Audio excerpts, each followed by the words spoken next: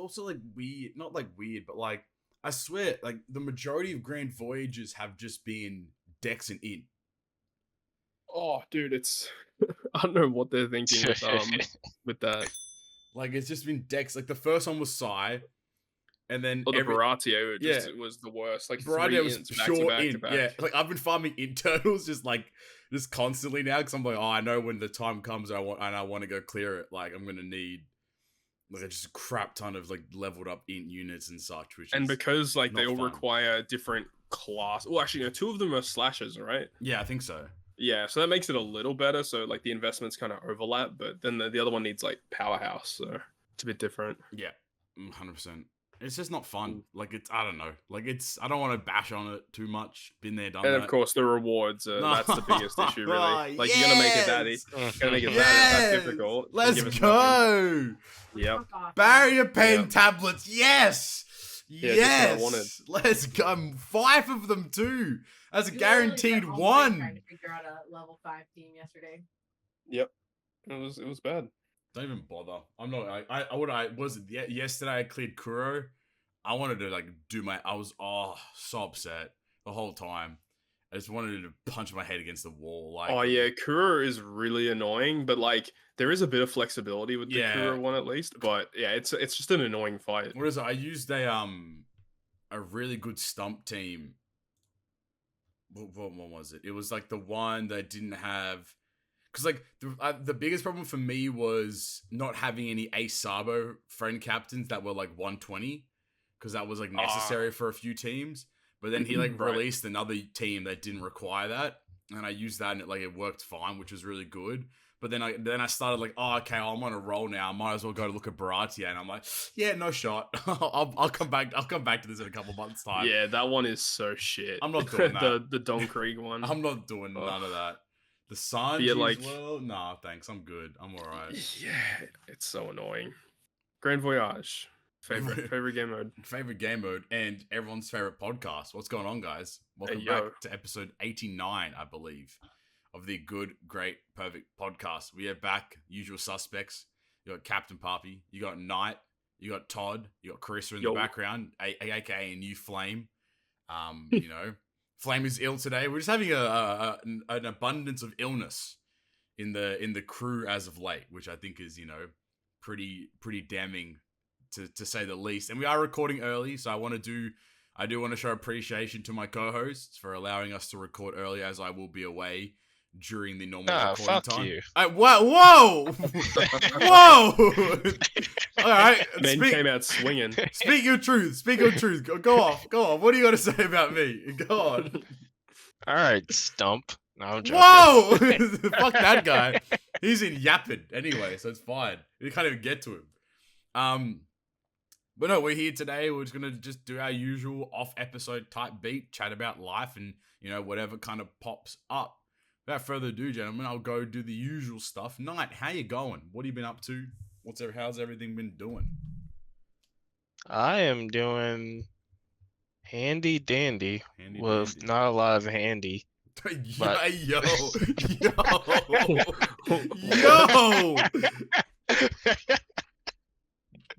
lord. Yo! We're 5 minutes in. We're 5. Hey man, I gotta bring it back for the one time. Hey, let him know, dude. It's been a minute. It has been a minute. What have you been up to, boss? But yeah, not much. I've been off on medical leave from work, so I'm just doing that still, and yeah, pretty much cruising, doing like my therapy like every like 3 days a week, and I just started that again like this week, and it's been pretty good so far. So just working on getting better and all, and just when I'm at home chilling. So yeah, that's pretty much it for me. Love that. Good stuff. I came through the mic. Oh. Good morning, Carissa. Thanks, Carissa. Interrupting Knight. Knight's little wholesome little story over here. You know, come on. Alright, great way to pivot. Todd, how you doing? Yeah, things have been pretty good. We've been chilling. So I'll be heading back to Australia next week, unfortunately, Chris is not happy about that. But yeah, we got Easter this weekend, which is pretty cool. And yeah, we made some candy. Ooh. And we haven't really done too much. We went to the movies the other night. We went to John Wick 4. It's pretty cool. Nice. Guardians game. Oh yeah, we're going to the baseball on Monday night. Nice. So that's going to be pretty cool because I've been to a couple of football games, been to the basketball, but I haven't been to the baseball. So that's what we'll be doing. So that'll be pretty fun. Glizzy and a bevy. Yeah, might have to get a glizzy. Yeah, I agree. Okay. Let's go. Pause. Okay. Total handling a glizzy. Let's go. And then probably the day after on Tuesday, we'll probably go see another movie. Don't know what we'll see yet. Mario movie, yeah. Oh yeah, Carissa really wants to see Dungeons and Dragons. Go watch the Barbie movie, dude. What are you doing? Go watch the Barbie movie. Yeah, what about you, Captain Pappy? Good. Pappington? No, what's up? No, everything's been good. Kind of just vibing. You know, just kind of existing. I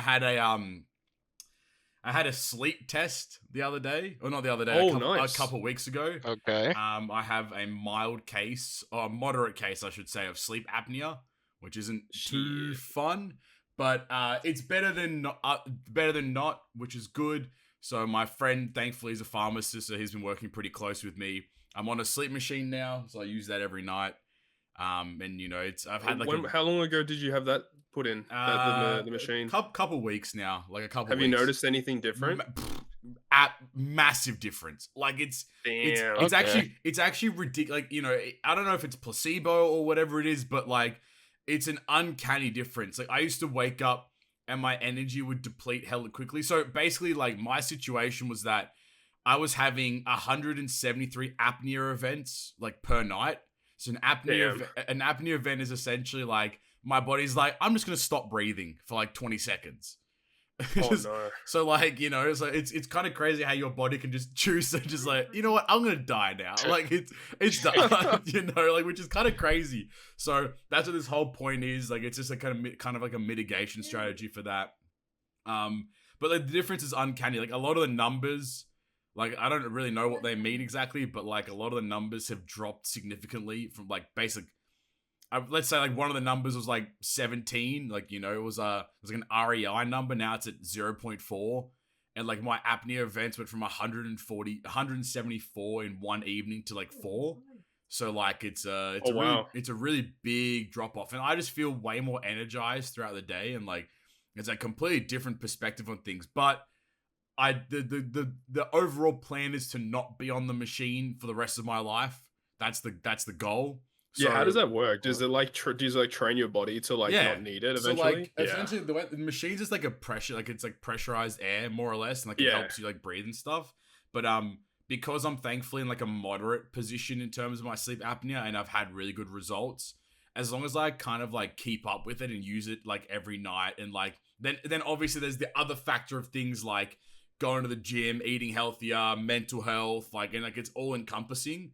Like, as long as I maintain, like the current like plan is like 12 months to be on it, like just for a year straight, and then ideally wean myself off it, which in like, you know, and hopefully in that duration of time my body will have improved significantly in that regard. Because I mean, I kind of came into it with the mentality, I don't want to use this shit for the rest of my life. Like, that's just not ideal, not fun. But if it has to be, then so be it, I suppose. But like, I mean, if it gets you a better night's sleep, exactly, then, you know, that's worth it. If it helps my brain not decide to kill itself, then, you know, I'll take that as a W. But it was just crazy. Like, a lot of the results that I was getting were like when I did the sleep test, there was like a portion where I stopped breathing for like 45 seconds during the evening. Jesus. Which is just like when you take a step back and you think about that, like it's kind of crazy how your body just decides to just like not breathe.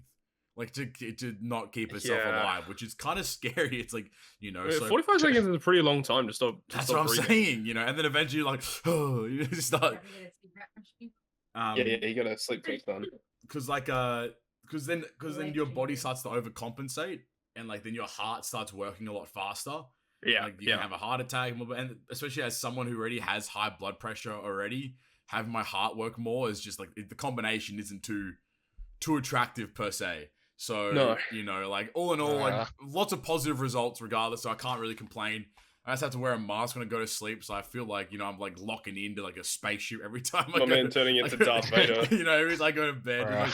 Because I got like a fat nose, none of the masks fit me well. So my nose just gets fucking squashed completely, which isn't fun. So I've been moisturizing my skin a crap ton to like kind of combat like the redness and the dry skin and stuff. So, you know, it's all in all, positive signs. Very happy. Shout out to Declan, my pharmacist, if he's listening. You know, my goat for real. Shout out to Deckers. He's also the One Piece TCG guy. You know, he always listens. He always listens to the TCG side of the podcast, and then just comments on every little microsecond. I'm like, my brother in Christ. I don't know what the fuck you're saying, but okay, I'll take that. I'll take it on notice. Sounds like a very smart individual. He's a genius, to say the least. But Poppy, do you have a sleep number? I don't. Well, you can find out your sleep number with today's sponsor. Hey, Lisa's let Mattress. them know, dude. Let them know. I wish that's a you know what, if we ever get sponsors, you're the segue guy. You're the guy that does all the sponsors. that was a great segue. If you guys are listening, we're looking for sponsors, you know what I'm saying? We'll take anyone, anything. I'll talk about Raid Shadow Legends, I'll talk about fucking Hero Wars, I'll talk about, I don't know, the hentai games or some shit. I'll give whatever you want, but I'll talk about it. Just say, give me money. I guess that's a good segue into everything, because we didn't talk about it last episode, which we were meant to talk about it because, you know, Todd was ill, Knight was ill, and Flame and I did a therapy session. I believe it is the second set of the One Piece card game. The English, version of it came out, you know, as a global release. Do you want to run us through that and, you know, your adventures through it and everything of the sort? Yeah, the OP02, when that came out, that was a lot of fun. They actually had some pre-release events that Kisa and I attended, and it was really interesting because the way that you build a deck in the One Piece card game is that whatever leader you select, they have a color associated to it, and you have to build a deck around that color. But in the pre-release, they said you can bring whatever leader you want from any set. You can use that as your leader, and there's no color restriction when you build a deck. So you get like a handful of packs, and then you build a deck from the cards that you pull in the pack. Yeah. So it's very interesting. And then basically you play 3 rounds, and whoever like goes undefeated gets a special winner promo card. And I was lucky enough to get one. I was able to win. It was literally our first pre-release we went to. Nice. I pulled like dog shit. I got nothing on my pack, but I got the good cards that helped me in the pre-release, and I ended up winning, which is cool. And we attended quite a lot of events. We got some. Kisa pulled fire from her pulls. She got like a bunch of secret rares that she wanted to use for her deck, so she got really good stuff. And it was cool too because due to the popularity of the One Piece TCG, getting like pre-orders of these boxes is really difficult. Yeah. And it was really cool that during these pre-releases, at the end of the event, the tournament organizer would allow you to purchase one of the boxes before the release of the set. Okay. And Kisa and I ended up buying a couple boxes from one of our local stores. They were selling it for a really good price as well. And we ended up pulling some pretty good stuff, and we had a bunch of stuff on pre-order from months ago, so that finally came in, and they were all uploaded on the second channel for those of you who wanted to see all those box openings, and it's been pretty cool. So for those of you who you know, in the know of the One Piece TCG, I'm playing Ivankov in this season. Nice. Kisa, what are you? You're playing Zoro, right? Smoker. Yeah, you originally wanted to play Smoker, but then we built Zoro because Zoro is very easy to build for, and it's literally one of the best decks. But you still want to go back to Smoker, right? Yeah. Which is the black deck. Because they introduced the black color into set 2, and then set 3, which comes out in June, releases the yellow color, which is what I'll be playing. Mr. Slam Jam Carey. Yeah, Mr. Slam Jam. Did you show Flame? Oh, he's not here. Darn. That pudding card I got. Yes, he's seen it. He's seen it. Yeah. Yeah, but does he know that I have it? Well, I don't that is a very important caveat. You do realize that Kisa does have the card. Kisa does have the card. Well, she did. I wanted it off of her because I'm going to use the pudding in the Katakuri deck. Stolen. So. He begged me on his hands and knees. No, whoa! Oh. God, please keep the card. Yeah. I couldn't deny it. I helped you get a trade for one of your cards that you wanted, so I ended up having to trade a pretty penny to get it, but it was worth it. Worth in the end. And also, since it's come out, there's also been a bunch of online regional events where it's like webcam tournaments. Yep, how's that going? And Chris and I had competed in those. We didn't do too amazing, in all honesty. The thing is like the rewards that you get for reaching like top 32, that's what you want to get. You get amazing rewards. Right. You get like a playmat with like Luffy, Sabo, and Ace on it. It's really cool. Yep.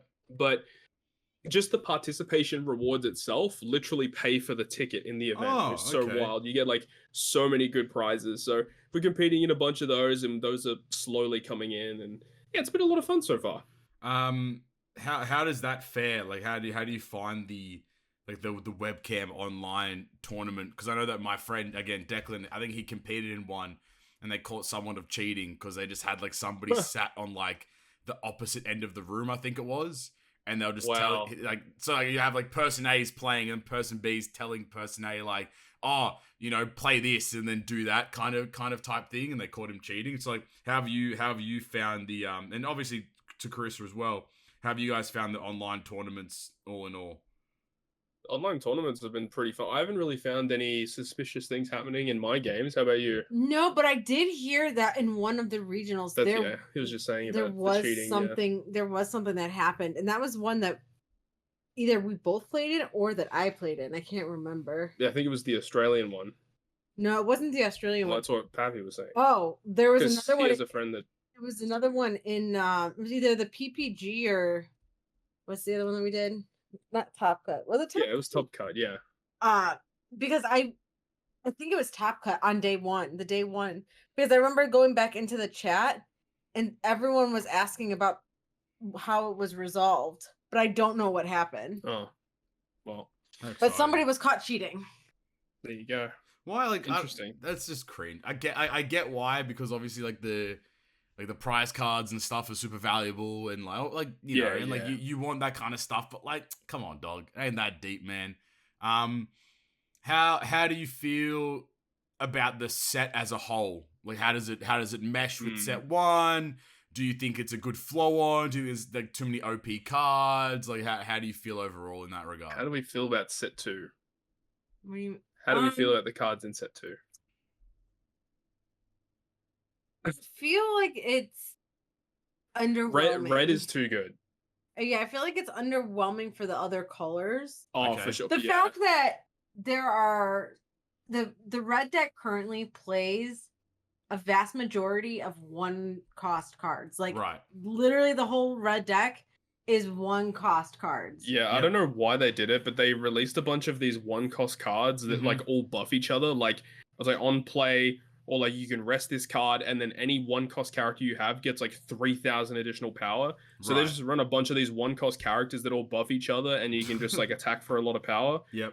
But it's like there's like two different like key decks at the moment. There's like a Zora deck, which is like a really low to the ground, very aggressive, wide, very aggressive deck. But then there's also Whitebeard, which is like. Whitebeard's such an interesting leader. So basically, he has more life cards compared to everyone in the game. Yep. But at the end of each turn, you have to pick up one of your life cards and add it to your hand. And essentially, if your opponent attacks you when you have no life, you win. So it's a really risky deck because you go down to 0 life very quickly. Right. But you got to think about it in the other perspective. You're basically getting 2 draws per turn because you get your normal draw per turn and you pick up your life card every turn. So this Whitebeard deck ends up having so many cards in hand, and they run a bunch of cards that can defend themselves very easily. So they can swarm the board and have a bunch of protection in hand. And also the leader has 6,000 power, and in order to attack the leader, you need to match their power at a minimum, and Whitebeard has more power than any other leader in the game. So it's a very weird deck to go up against for sure, and it's very strong, very competitive. All right, but one other thing, they did do some banning, or however they handle it. Because I remember in the last time we talked about TCG, I believe Carissa brought up like banning of cards and how like that would play out. How do you, now that we've seen that occur, how do you feel about it? Do you think it was the right way to approach? Do you think the right cards got banned? Did anything get like you know, did anything like go under the radar that should have been banned? Like, what are your thoughts in that regard then? The banning was very interesting. So basically, one of the cards they banned was like a field spell or like a stage card for the Whitebeard deck. And that card basically says any Whitebeard character you have gets plus 2,000 power when you have like low life. Jesus. And in theory, it is really overpowered. Right. But the thing is they address those bans during Japan's current meta. So Japan's already got 3 sets out, and right. Yep. That's the thing, is they've announced the bans now for the English version. So now when set 3 comes out, that's when the bans go live for English. Okay. Yep. So the thing is people already know that, you know, okay, that card's getting banned. I know not to play that card. So people are adapting their strategies already to build the deck without that card in mind. And people have had already a lot of success with it. So I don't think it's going to really make that much of a difference. Yep. But the other card that got banned was a card that really helps a deck that comes out with set 3, which is this Nami deck. And it really promotes this odd strategy where the whole point of this new Nami deck is to send all of your cards to the graveyard. Just the burn deck is what it is. Yeah, you're sending all of your cards from your deck to the trash pile as fast as you possibly can. And the way that the deck works, you don't even need to attack your opponent, because the win condition of the deck is in the leader. The leader says when you have 0 cards in your deck, you win the game. So that always confused me. Yeah, that because like, isn't it like? So correct me if I'm wrong though. Like I'm with Knight here. That always has confused me. Like, isn't like in Yu-Gi-Oh, if you deck out you lose, and isn't it the same in like Pokemon as well? Like, so in I mean, maybe I'm dumb, but I don't understand how like decking out can be considered a victory in the One Piece card game. Yeah, so I think I'm not 100% sure on the rules. I think if you deck out, you do just straight up lose. Yes. But this is like an alternate rule specifically for this leader. Like the leader, it's the effect of the leader that says when you have no cards in your deck, you win the game. Okay, well, that makes a lot more sense then, because when you lose, you win. Yes, that makes so much more sense then, because I was under the impression that there was just a natural rule in the One Piece TCG where if you decked out, you just won, and I was like, no, that makes no sense, because every other card game punishes you for that. Okay, that I guess that's more fair than I suppose, but still kind of like broken, I guess, in that regard. Yeah, and the thing is that card that they banned, it is really good in the strategy, because essentially it's Kabaji and Moji, which are like the buggy pirates. Yeah. And they banned the Kabaji. So Kabaji says when he hits the field, if you have Moji on the field, you draw 2, then trash 2 cards. So people had strategies to literally play it, bounce it, play it again, bounce it, play it again, so you could get it to loop multiple times per turn. Right, okay. And it was just making the Nami deck legit one of the best decks of the format, and they didn't want to promote a strategy that basically is like playing solitaire against your opponent, so yeah. That's good thing. 'Cause like what that kind of reminded me of was like, you know, back in the OG days before the JP and global sync. You know, the fact that like we could see, like you had the future sight of like, oh, X Legends coming out. I'm not going to pull for them because they're kind of poo, or they're not needed for X content or whatever it is. So, like, do you think that the way that they're doing it, where like the bands kind of hit the JP version first, or the JP variant first, and then pivot to the global version, do you think that that's a positive kind of approach to it, or do you think like there's a different strategy they could take in terms of card banning? I think it's pretty fair, and even though we're a little bit behind in terms of our releases, the decks that were dominant during like Japan's point in time to where we are now, even though we're on the same release schedule, like if you go back and think of, okay, when set 2 was out in Japan, what was the best decks compared to what is the best decks now for the English release? It is a bit different, because Whitebeard actually wasn't very successful in the Japanese meta, but the English players have had more time to like, okay, we can see the Japan deck list, we can see what works, what doesn't work, and people in the English version have like more time to work with the cards, because they say, okay, we see how Japan dealt with it, and now we have the cards in our hands, let's see how we can build it. So like even like there was a leader in set 1, which is a blue and purple leader of Crocodile. And basically that leader was terrible in Japan. No one played it. But that deck was very successful in the English release, because people already had kind of figured out how all the other decks work. So people had more time to explore other decks. And people were able to figure out strategies with these really odd leaders that never saw any success in Japan. So I think that we know how how the ban list is going to perform when the next set comes out. So we can already have a look and see how Japan are playing their current set. So that when set 3 comes out for the English version, we can be like, okay, we know how these decks work. We know these are the best cards for these colors. Let's see what else we can work with these other leaders. So I think overall, it's good for the game. Right. Honestly, interesting. Yeah. No, I think that's positive then, because I was kind of under like an impression that, like, because I think you mentioned it naturally that, you know, now that you know what the bans are going to be, and then like the ban only hits when the set drops. Is that correct?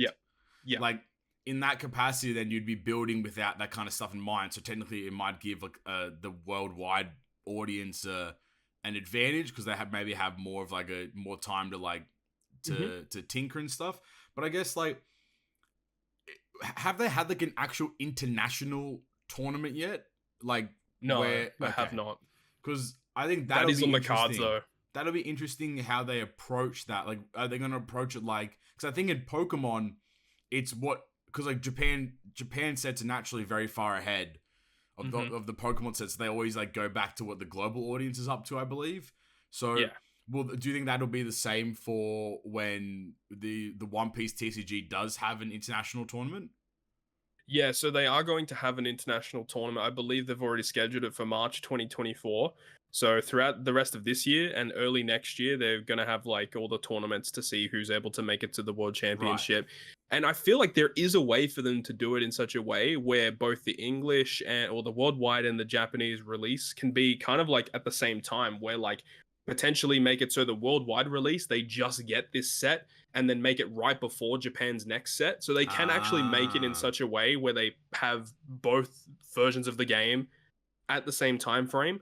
I'm not too sure how the release scheduling would work, but I think that they could make it work. And if that is the case, that'll be good. Otherwise, they have to have some kind of like weird concoction of a ban list to make sure that it is balanced between the worldwide release and the Japanese release. It'd be very strange.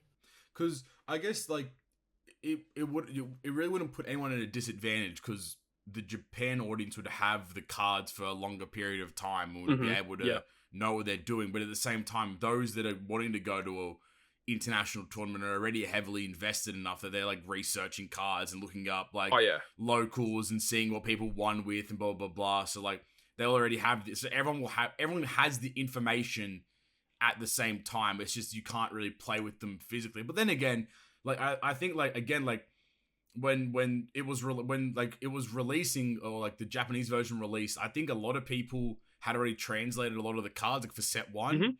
And they'll like they were just printing cards, like, you know, fake cards on like cardboard and just playing with them anyway. So like, you know, everyone was able to still like get around and play with them. There's always like, you know, different strategies and ways to approach, you know, playing with it when it hasn't, you know, come out yet per se. So yeah, there's an online simulator that has been constructed by the community that has the Japanese and the English cards on it. So you can like already build decks and play with the cards from the set that hasn't come out yet. Yeah, it's pretty good. Is that like on Tabletop Sim, or is that like you can do it on that, but there's also like a standalone one that someone developed, like they coded from scratch. What's your website called? There isn't a website. It's like it's a link on a Google Drive that someone shared. Yeah, it's real sketchy, but it's that's cool. Fair, that's sick.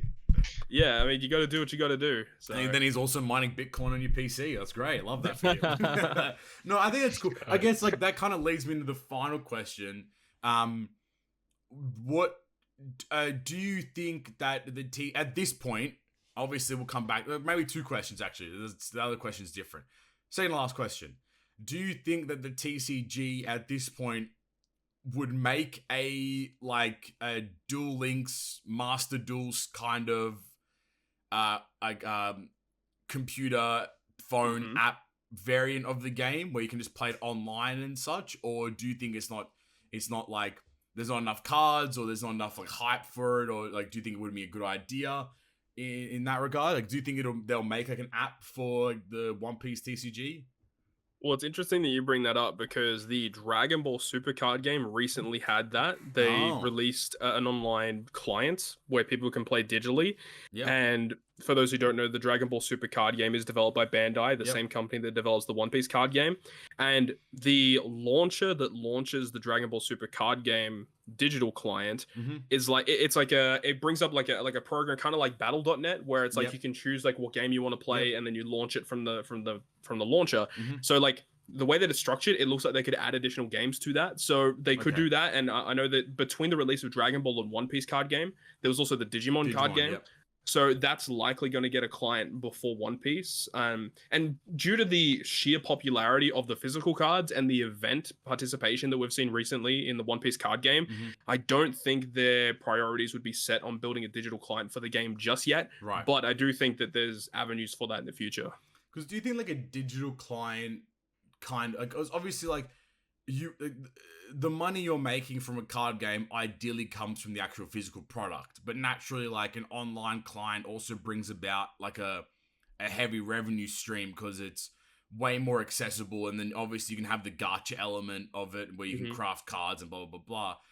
Do you think that like you would cannibalize your card game if you were to like to make a digital version of it, or do you think it's the right strategy to approach it?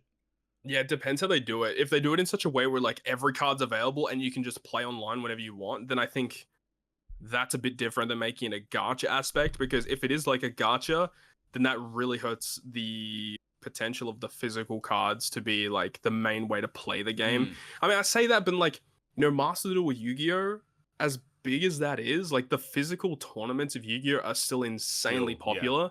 So I don't know. Yu-Gi-Oh and the One Piece card game are a bit different. Yeah. It'll be interesting to see. I'm not 100% sure how they did it with the Dragon Ball card game, whether it is a gacha or whether it's just they're all readily available for you. But it is Bandai, so it's probably a gacha, let's be real. 100%. It would have to be.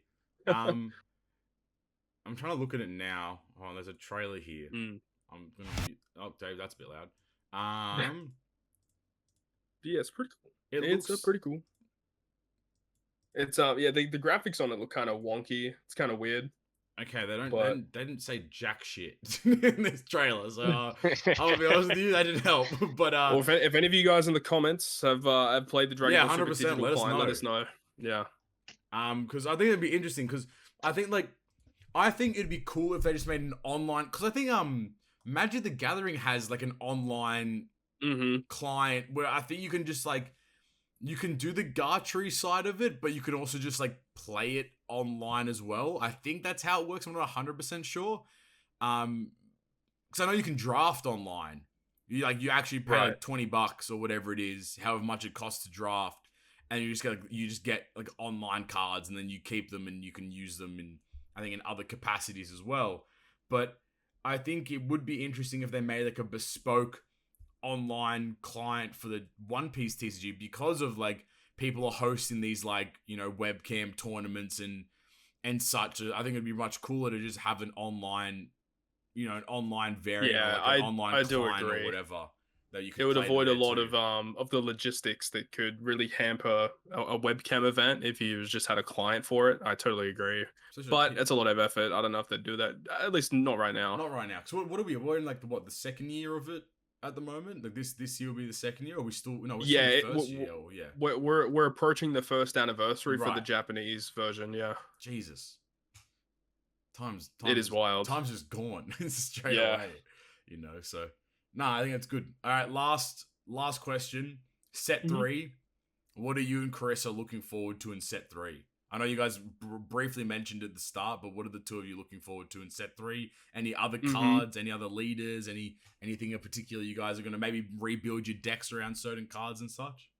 Yeah, set 3 looks really interesting. I'm more excited for set 3 than set 2 because of the fact that yellow is being introduced, which introduces the Big Mom Pirates. And my boy Mr. Slam Jam as a leader, which will be fun. So that'll be my main deck for a while. But they're also introducing an Ace leader card, and it further builds on the Whitebeard Pirate engine. And there's more support for the Whitebeard Pirates as well, which makes Whitebeard even better in set 3 than what he already is in set 2. So that's going to be scary. Also introduces a Rob Lucci Cypher Pole deck, which is one of the best decks because Black gets introduced in set 2, which we have right now. And then they basically further expand upon it in set 3, which makes black a very dominant color. So a very scary deck to come up against. It also introduces that Mill Nami deck that we mentioned earlier. And it also, purple unfortunately didn't really receive a lot of support in set 2. Purple, when the One Piece card game first came out, introduced Kaido from the starter deck. And basically, Kaido's a high roll deck. Like, if you draw really good, you can beat anybody. But if you don't draw well, you just instantly lose. Right. So it's like a 50-50 matchup against any deck. But then they introduce an Iceberg from Water 7 as a leader in set 3. And he looks kind of interesting. I don't know. People might try and make it work. He looks kind of mid, but yeah, there's some interesting stuff. I know Carissa's going to be probably building Ace in set 3. Yes. Love that. And I'll be looking at Katakuri, but it's going to be a lot of fun. Sounds good. That is One Piece TCG. There you go, guys. Nice little card chat talk for everyone. Love that. Card talk. Love to see it. Only thing I had on my notes here was the Resident Evil 4 remake. I don't know if anyone here has had a look at that or has had a play with it just now, but I thought it'd be, I thought Flame was going to be here because I know that he's been playing it recently, but, Resident Evil 4 remake. I know, Todd, you're heavily into Resident Evil. Have you been feeling, have you, seen anything, or what's your thoughts on it so far? Yeah, I haven't played it, but I've watched, pretty much an entire playthrough of the game. And, yeah, Resident Evil 4, I think they've done a really cool job with it. I was expecting Resident Evil 4 to be a little bit different than what I guess, because I hadn't actually played through Resident Evil 4 before. Right. So the way that I kind of pictured what the game would be like was a little bit different. So judging from the playthrough that I've watched and what I've experienced thus far, I personally prefer the Resident Evil 2 remake that they made a few years back. Right. Over Resident Evil 4, because Resident Evil 2 is more about, I guess, the puzzles and stuff like that, whereas Resident Evil 4 is more action-oriented, very much about the combat. So it is a bit different, but Resident Evil kind of devolves into, a huge run-and-gun combat kind of game after Resident Evil 4 with Resident Evil 5, 6, and stuff like that. Yeah. And they kind of go back to their roots with horror in Resident Evil 7. But overall, I think they've done a great job, because Resident Evil 4 is widely considered to be one of the best games of all time by many people. And the remake, they've kind of lived up to the hype, honestly. Kind of because with AAA games, sometimes they don't come out as intended, as we all know. Sometimes, all the time. It's like a 99% hit rate of being shit. Right? So people were really, really worried that they were going to remake this beloved game, but they've done a really good job with it. So that's nice, at least for the hardcore fans of Resident Evil 4. But overall, it looks like a lot of fun. I haven't played it yet, as I said, but I might still pick it up and play it eventually. But yeah, it's definitely not a huge priority for me at the moment, but it looks like a lot of fun. Nice. Night? Anything from you in the Resident? I haven't picked it up yet, but I am interested in it just because, I heard that it's, really goofy, at least, the first one was, the OG, and I think they kept some of the goofiness, but there's, some things that they taken out, I know, but I don't really want to say it because then it makes it seem like I only know the game for this, but basically there's a part where in the game where they're climbing up the ladder and you're with the president's daughter, and if you look up, you can see her panties, and then she makes a remark about it, but yeah, but in the remake, she doesn't. There isn't that interaction anymore. Right, okay. And there's some other stuff in the game that they taken out that I heard some people are kind of mad about, but it's just a I think a vocal minority type deal. I think Flame was mentioning to me before, he was there was a few voice lines that they just didn't add in, and people were super upset about them, so they reviewed the game more poorly, purely based upon certain voice lines not being in the game. Jeez, get a grip. Which I think is just that's just ugh, come on, dog. Is the game good? Yeah. Yes. All right. Review it on the game. Don't review it on I get voice lines, exactly. I get it's a remake, and obviously a lot of people are looking at it through rose tinted glasses, nostalgia and that kind of stuff. But at the same time, surely you're not sitting there being oh yeah, I want to play the Resident Evil 4 game again for the voice lines. Dog, the game looks gorgeous though. In its own right, which I think is always a positive sign. But yeah, the RE engine that they use to build the game is it's incredible. It's so freaking good. But yeah, Resi 4. Hopefully, when Flame comes back, we'll have a further discussion about that. We'll go from there. All right, moving on. You brought up Easter. What's everyone doing for Easter? What's everyone's Easter plans this year? What do you know? What you got going on? What do you got going on, Knight? What am I doing? So basically, I'm going to go in the middle of town as a giant egg, and then whenever people walk by, I'm just gonna pop out like, blah. I mean, go off, kid. You do you, boo. You do you. Jesus. I was waiting for you to be like, I'm gonna go in the fursuit and fucking start pulling up or something. That's what I was expecting you to be like. Fursuit, fuck that. Egg suit though, I'm in. But for real, you guys celebrating Easter? What are you getting up to tonight? Anything in particular happening on your end? No, I'm not doing anything special. Just cruising. Unfortunately. Vibing. Yeah. What are we doing for Easter, Carissa? What are we doing for Easter? It's also the candies you guys made. We're going to my grandma's house. We're going to your grandma's house on Sunday. Have Easter lunch. We're going to dye eggs tomorrow. Dyeing eggs, yeah, that's important. Yep. We made candy. Yeah, tell us about the candy. Give us a breakdown of the candy experience. How do you guys go? What did you guys make? We made Buckeyes, which are so good. Yeah, so it's basically just a peanut butter ball dipped in chocolate to look like it's like a nut, right? It's our state. Yeah, it's the state nut. It looks like like rabbit nut. It was like, hey! It's peanut butter, sugar, and nut. butter mixed up and rolled into a ball, and then you dip it in chocolate. Yeah, but it's a nut. So you're eating chocolate covered nut is what you're saying. Ours do not look like nuts. No, the ones that we made look fucking awful. They look terrible. But they're gonna taste good though. Oh Dropping my god. them in the chocolate. Yeah, we were not very good at it, but it's fine. They'll taste good. They'll still go down the same way. You know what it is. Exactly. They all come out the same way, mate. All nut comes out the same, regardless of what it is. Yeah.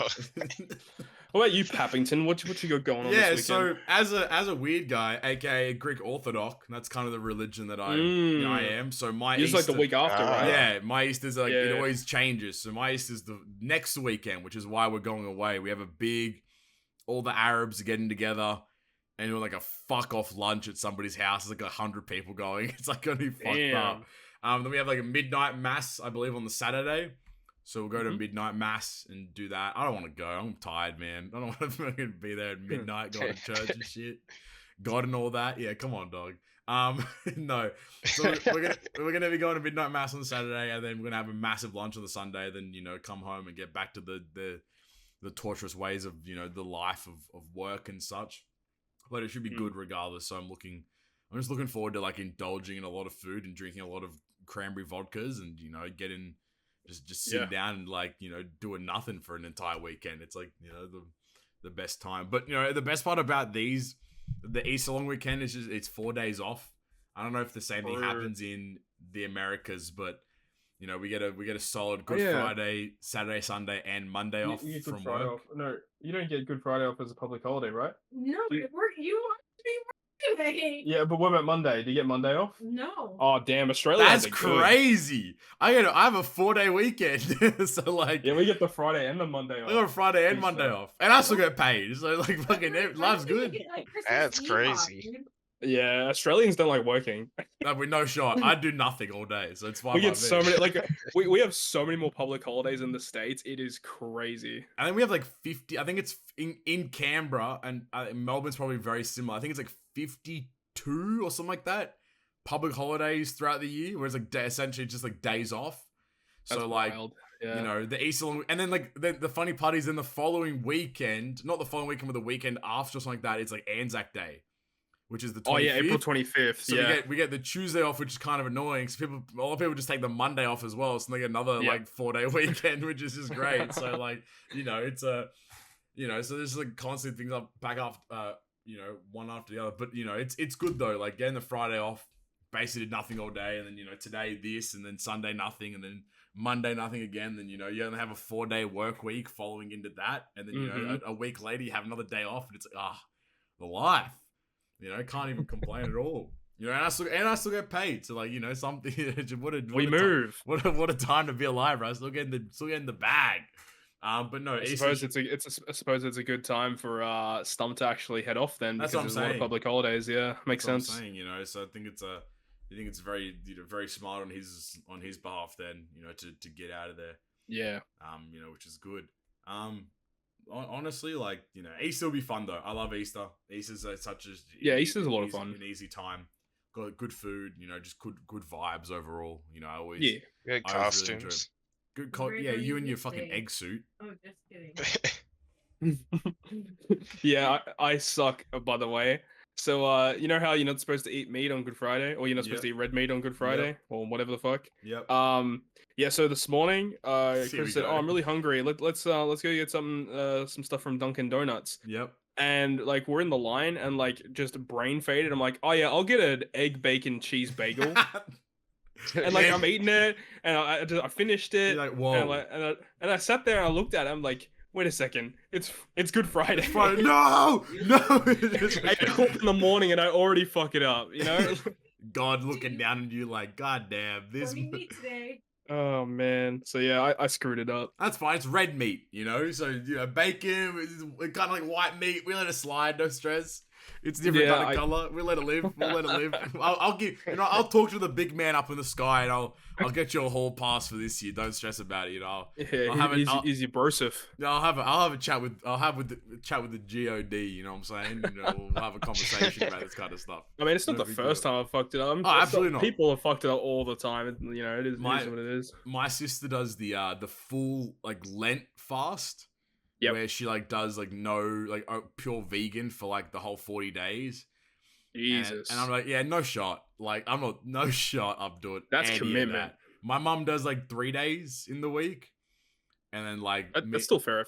my dad and I are just like, fuck no. God already knows who I am. He knows what I'm doing. I don't need to do nothing, man. He knows what I'm doing. Like, you know, it's no big deal. I'm still playing Treasure Cruise, so it's already a sin in itself regardless. So like, you know, so like I don't think no matter fasting for me is gonna ever put me in the good books no matter what. So true. Easter, good stuff there. All right, next thing. On the Diablo train now is what I want to Diablo train now. What I want to hop on. Chris is literally playing Diablo right now. What does she play? She playing Diablo 4 beta, Diablo 3? Diablo 3. She's been playing over the past week or so. Diablo 4 coming out very soon, I believe. Yeah, June 6th, I think it is. June 6th, June 6th. You even got the date sorted and everything. What? There's if you pre-order one of the things, you get like 4-day early access. Oh wow. So okay. I know Chris will probably get that. Yep. So I guess then that's good. We can have a chat about Diablo 4. What's everyone's Diablo experience like? Has everyone in here played it before? People looking forward to Diablo 4? What's the vibe like? I'll go to Knight first. Knight, have you played Diablo before? No, I haven't. I was gonna play a little bit of the demo, but then I was like, I'm good. Conked out. But yeah, I haven't played it. Do you think you would? Do you think you'll get Diablo 4? I don't know. I'd have to look more into it. Yeah. Like I've seen it, like some of the stuff, and it looked kind of crazy. But yeah, I'm not sure. Nice. Todd, Carissa, how you guys vibing? Well, my experience with Diablo was literally Diablo Immortal, that mobile game that everyone hates. Me and Carissa played it for a couple months or a few months, and then we kind of stopped. But then, you know, then they announced this new Diablo is coming out. Like, okay, well, guess we'll give it a shot. Yep. But I know Carissa is more into it than me. So how are you feeling about Diablo 4? Excited for Diablo 4. Mm-hmm. Yeah. Why? I think that it is going to be what people are looking for in Diablo. It's going to stay true to the Diablo name, like just like this. What's going on in Diablo 3? But I feel like it was way simpler. The menus in D4 were so much easier for me to understand. Good. This is like the way that D3 is laid out is way too confusing and complex. Yep. But then again, like Diablo 3 has been out for such a long time. I'm sure they've probably added additional systems over time make it more complex. They definitely have. Yeah. But I guess if you're gonna get into Diablo, getting into a new Diablo on release is always good because people are exploring it. People need to figure out, what's the best build? How do I optimize my build, yo? I'm gonna optimize my build by throwing gems in my weapon. The real question is, what class are you starting as? Yeah, what class? So what classes? There's Barbarian, a Necromancer, what did I do? Druid. What was I in D3? My story. Well, I guess that's the rogue, isn't it? I think I was a barbarian in D3. Oh, the sorcerer. What'd you say you were, Pappy? I think I was a barbarian in D3. Barbarian. He was in D3. Yeah, he will seem like one. Yeah, exactly. I literally look like one. Yeah, I look like a Necromancer fan. I just make all the corpses blow up. Yeah, she loves the necro. So like we all got into like Diablo just like on a whim kind of thing. Like basically it was like I think it was like one of the only like PC games that I bought that was like a disc, and because it was just like faster to install than like downloading it when I had like really shitty internet. So we all bought it and we all like installed it and then we just played through the campaign like 4 times. We just constantly just kept playing because it was just like we didn't care about the seasons and like optimizing builds or whatever it is. It was like, all right, we play through the campaign, and then I think it has New Game Plus. I think it does. I'm not 100% sure. I'm not too sure. I don't know. But either way, it was like we either did New Game Plus or we upped the difficulty and then played again, and we just kept doing that because like that's how we found it like really enjoyable. And then like naturally people over time would like join in and like play with us as well, and like we just kept like would grind it out. So I think like all of us are really looking forward to Diablo 4. I don't know if I'll get it on release because I don't trust any game on release anymore, but I'm actually really excited for Diablo 4. I think the best part about it is I haven't seen a single thing about it, so I'm going to go into it completely like unaware of everything, which I think is like really good. But I think if Chris is saying like it looks a lot more simplified, I think that's really positive. Yeah, I think if you don't know too much about Diablo, like jumping into Diablo 4, at least from what it was on the beta, it's pretty easy to understand what's going on. You click and fight. Yeah, you won't understand all of like the lore behind everything. Oh, the lore, yeah, probably not. But like you'll understand how to play how to act, like the concept of the game. Yeah, the gameplay and the gameplay is actually, when you think about it, the gameplay is really basic. Like, and I think that's really good. You just click and do skill, click, yay! Like that's just like what it is. And I think that's like really good. Obviously, I understand you can get like really nuanced and really like. Like really like fucking turbo nerdy with it, which is good for those kinds of games. But I think like for a more casual audience, this is probably like myself, the fact that I can just build a character, I can see like the loot A is better than loot B, and I just equip loot B and then call it a day. Like now my character is better. For me, that's like what I like. I like I like the strategy behind stuff, but at the same time, like for games like Diablo and such, I like being able to just like, okay, this is better, so I'm going to use better weapon, or I'm going to use, better armor, or, that kind of stuff. So I'm looking forward to it. I think it's cross-platform, if I remember correctly, which I think it's cross-platform, isn't it? Like you can play with people on different platforms and stuff. I believe you can. I think so. I assume so. Because you can on D3. How does it work with server-related stuff? Like if is there like a certain server you just invite people to your game? Yeah, it's just like I think it's like a campaign. So you can play private versus public, so that you can play on your own and no one can see you playing. Yeah. Okay. Yeah. Versus you can invite people to play in the same game. So I think it's the way that like fully open world all the time. Yeah. Like you can turn it off. So I think like the way that we played it, when we ran through it was like I think it was just like my campaign.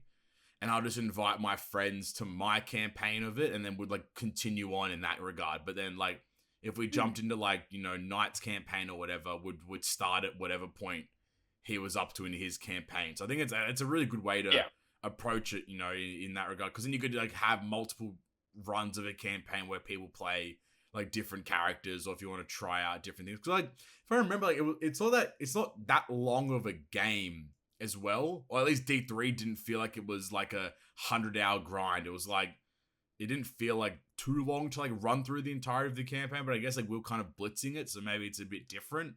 Yeah, the actual main story, at least the story that was in the beta, wasn't that long. It was wasn't it, Carissa? Like the story in the beta, it probably took maybe. I mean, 5 or 6 hours, probably. Depends on how you play, because you and I play differently. I could go 45 hours and still not get as far as you. Yeah, but I can't do like that. Just pushing through the story, you can blitz it. Yeah, you can probably get it done in like 6-7 hours. 100%. Well, yeah. Which I think is good though, because then if you want to run through and do like a bunch of new game plus as well, or like just keep like cycling through, because like I think it works in seasons, doesn't it? And like every season things like restart or like. I don't my question is like, how does that like work? Is it a ranking thing? Is it like a combat thing? Like how do the seasons actually like function? Yeah, I don't know about that. How do the seasons work, Carissa? Do you know how seasons work? I mean, this is season 28 in Immortal. Is it like a battle pass, or is it like, how does it work? So like there are achievements that you have to accomplish to unlock cosmetics and other rewards and like free gear sets and stuff. Right. But it's like you have to progress through the season, and as like a new player starting for this new D3 season, I've gotten pretty far. I'm like about halfway done, I think. So it takes a long time to complete it. Yeah. I'm 51% done. Okay. It's because some of them are, so they have 2 different modes. They have the normal mode, and then they have a hardcore mode. Yeah. Hardcore mode is you have 1 life. If you die, your character's dead. You have to Oh, Jesus. Hardcore Minecraft. Jesus. Yo, it's literally hardcore mode. And there are some achievements, I think, under the hardcore mode that I've stuck at. That's wild. I've looked it up. Yeah. It's basically just like a character to see how far you can get before you kill them off. Okay. Cool. Yeah, a unique incentive of seasons are the trackable seasonal journals, exclusive transmogrification awards, and a separate leaderboard that allows you to compete on even grounds.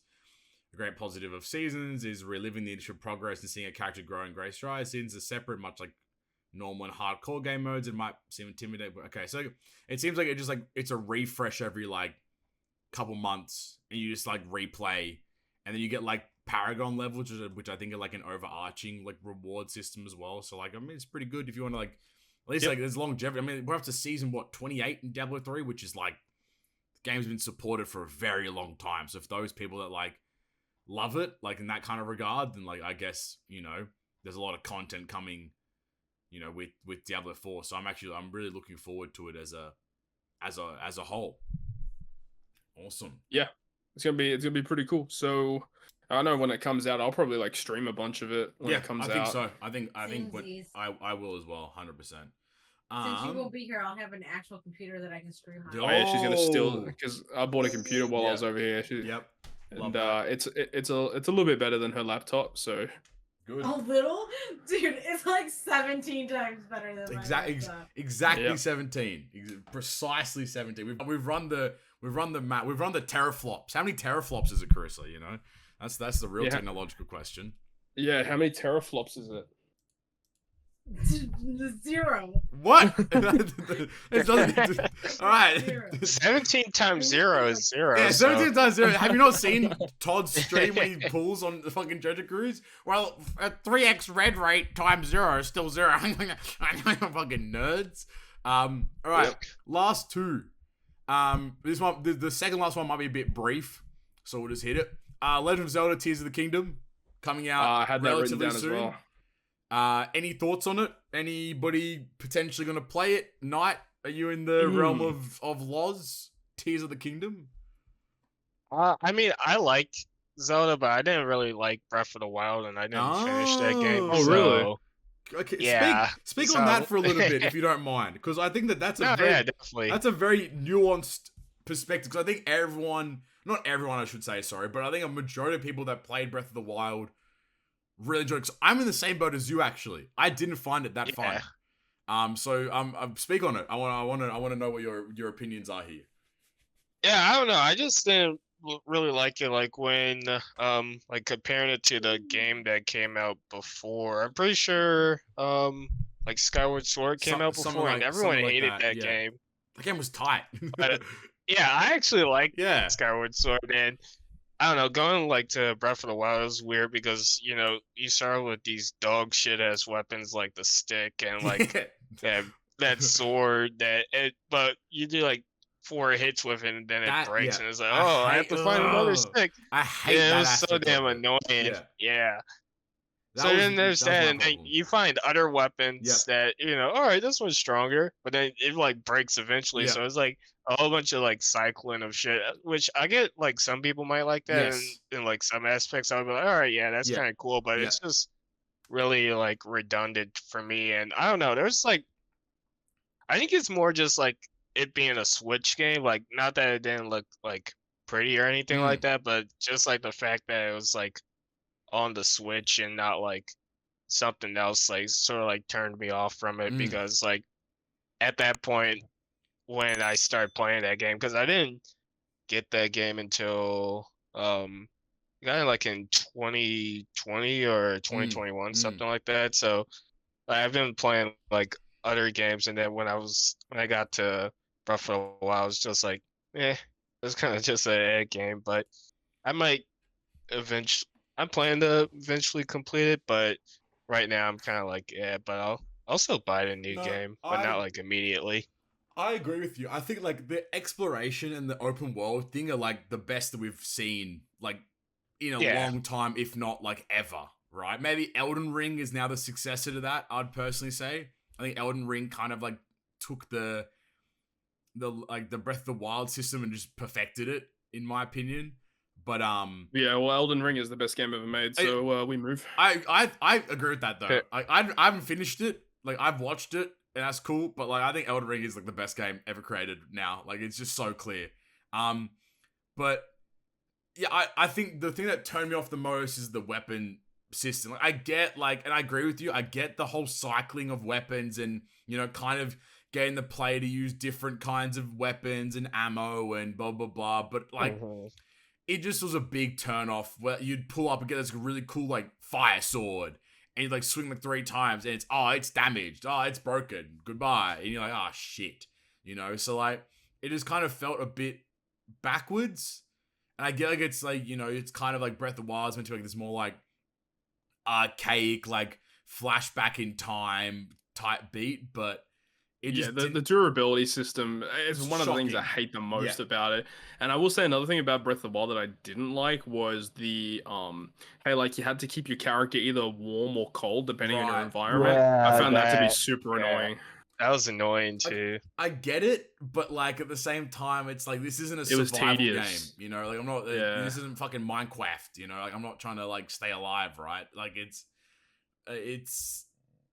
I get it. I don't know. I just didn't really find it fun. So it kind of was a big turn off for me. So I just never I never finished the game myself. I watched it, but like I never like played it through to completion. You see some of the stuff that they talked about in that demo video that came out? I haven't. No, go on that.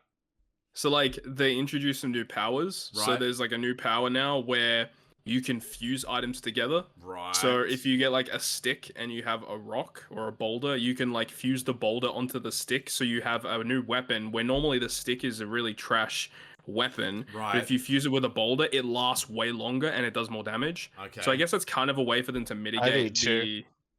Yeah, it's not bad. Hold on, Todd, hold on. This man said... You want to repeat that for the class? Wait, what did he say? You want to repeat that for the class? You got to repeat that. Okay. No, man said something like, if I go to a rock, I last way longer, or it lasts way longer. Then Knight said, I do too, or some shit like that. Which is just, oh my god, this man is so. I just want to preface, by the way, his name on the screen says Knight in pocket, but he's far from being in pocket at any point. He is not in the pocket. He's the most out of pocket any man could be at this point in time. Jesus Christ. This man's a menace to society. Oh, I don't know if we've also hit our fuck Stump quota, but there you go. Fuck that guy. Just make sure add it in there. Just make sure it's there at some point. The Stump's finding all the timestamps recently for all the fuck Stump, so you can add that one in. That's hilarious. But no, sorry, Todd, continue. Yeah, they added another power that was very fascinating, which is like if you're in any area that has a roof over your head, you can use this power and it launches you up into the ceiling through the roof on top of whatever building I don't get it, right? What? They had a system they showed in the demo video where they enter a cave, and like if you look at the top of the cave, you can use the power on it. So Link jumps up to the ceiling, goes through the mountain, and goes on top of the mountain. What? Right, it's the weirdest shit ever. I feel like people in like speedruns are gonna abuse the fuck out of that. That's literally like you clear the whole game probably like in that room. I guess like it's because you're meant to have like the whole like Sky Island stuff, right? So maybe that's and they showed a way to get to Sky Islands. They're like there's like a piece of like debris falls from the Sky Island, and you can go over to it and rewind time on it, and then it goes up to the top to where it came from, and that gets you up there. But they said that there's multiple different ways to get up to these Sky Islands. Skypea. Hey, that's right. Anna pulling up. Anna is gonna pull up. We're gonna see Wiper up there. You know the deal. He pulling up. Impact dial type beat. Yes, sir.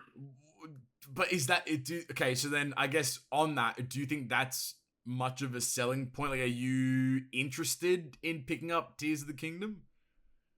Okay, well about that, it releases on the same day as OPTC anniversary. No, fuck that. That's cringe. Hold that. May 12th. We got things. May 12th. We got things to do, bud. We got places to see. We got shit to go. I can't believe it. I remember when they first revealed the day of its release, and the first thing I said was like, "Holy shit! It's Treasure Cruise Annie and Zelda on the same day." Such a funny stream would be like loading up a Tears of the Kingdom stream on Annie Day and not saying anything. Like not even bring it up. Not even don't even bring up Annie at all. Don't acknowledge it for like an hour.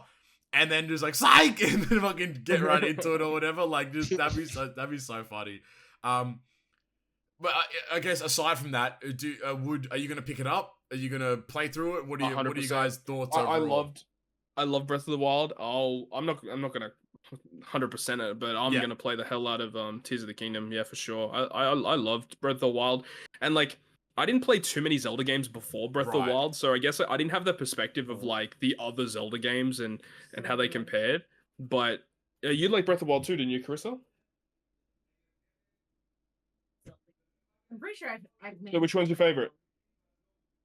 Ooh. For as much as I hate Ocarina of Time, it's Ocarina of Time. Wait, what do you hate it though? If you it's can't your hate favorite? Ocarina of Time. Because I really, really hate having to play the damn songs over and over and over again because I get distracted and then I run out of time and I have to redo it all over again, even though I just did it. Okay, well, aside from that, what's your favorite? There's your spin there. Hold on. Okay, aside from that, Majora's Mask. You said you like? Yeah. Majora's Mask is goated. Is so goated. I agree. Link's Awakening wasn't bad though. It's an old school one. It's an old one. I'm pretty sure that's the one with the eagle. I think. Yes. They remade it on Switch. They remade that one. Yeah, I played it. That one was cool. I played the remake of that. It was pretty good. Wind Waker's pretty good. Yep, 100%. And yeah, I like Ocarina. Ocarina's probably my favorite. Knight, what about you? You said you're gonna finish Breath of the Wild at some point. Do you think after you finish Breath of the Wild, you pick up Tears of the Kingdom, or how do you feel? Yeah, I'd be down for that. Yeah, I will not. I'm gonna save my money. I'm gonna watch Stomp play or something like that because, like, I don't know, like, that's fair. It's cool and like I get it and like wow, open world, wow, this that. But it does my head in so much that things break. And I get like in so many other like kind of games like Minecraft, like your shit breaks and you move on. But it's like the durability is it's so stupid that like you swing a stick like 10 times. It's gone now. It's like no. So maybe if they add a way that in your inventory you can like re-add, because you're saying like there's like a little bit of a crafting system in the new game. Like maybe if there's a way for you to like up the durability of a weapon, like by adding some item to it or something like that, so you don't have to just keep cycling through like broken items and finding new ones and so on and so forth, then I feel like that would really improve the experience for myself. But I also think that's a bit niche and maybe like, not as important for a lot of people. So you kind of take it with a grain of salt, I suppose, in that capacity. Nice. Looking forward to that. I'm looking forward to watching it. I think it'll be really fun to consume. And, speedrunners, I love Legend of Zelda speedruns so much. I love watching them, so you'll be really interesting to see the how Tears of the Kingdom kind of fares in that regard. Yeah.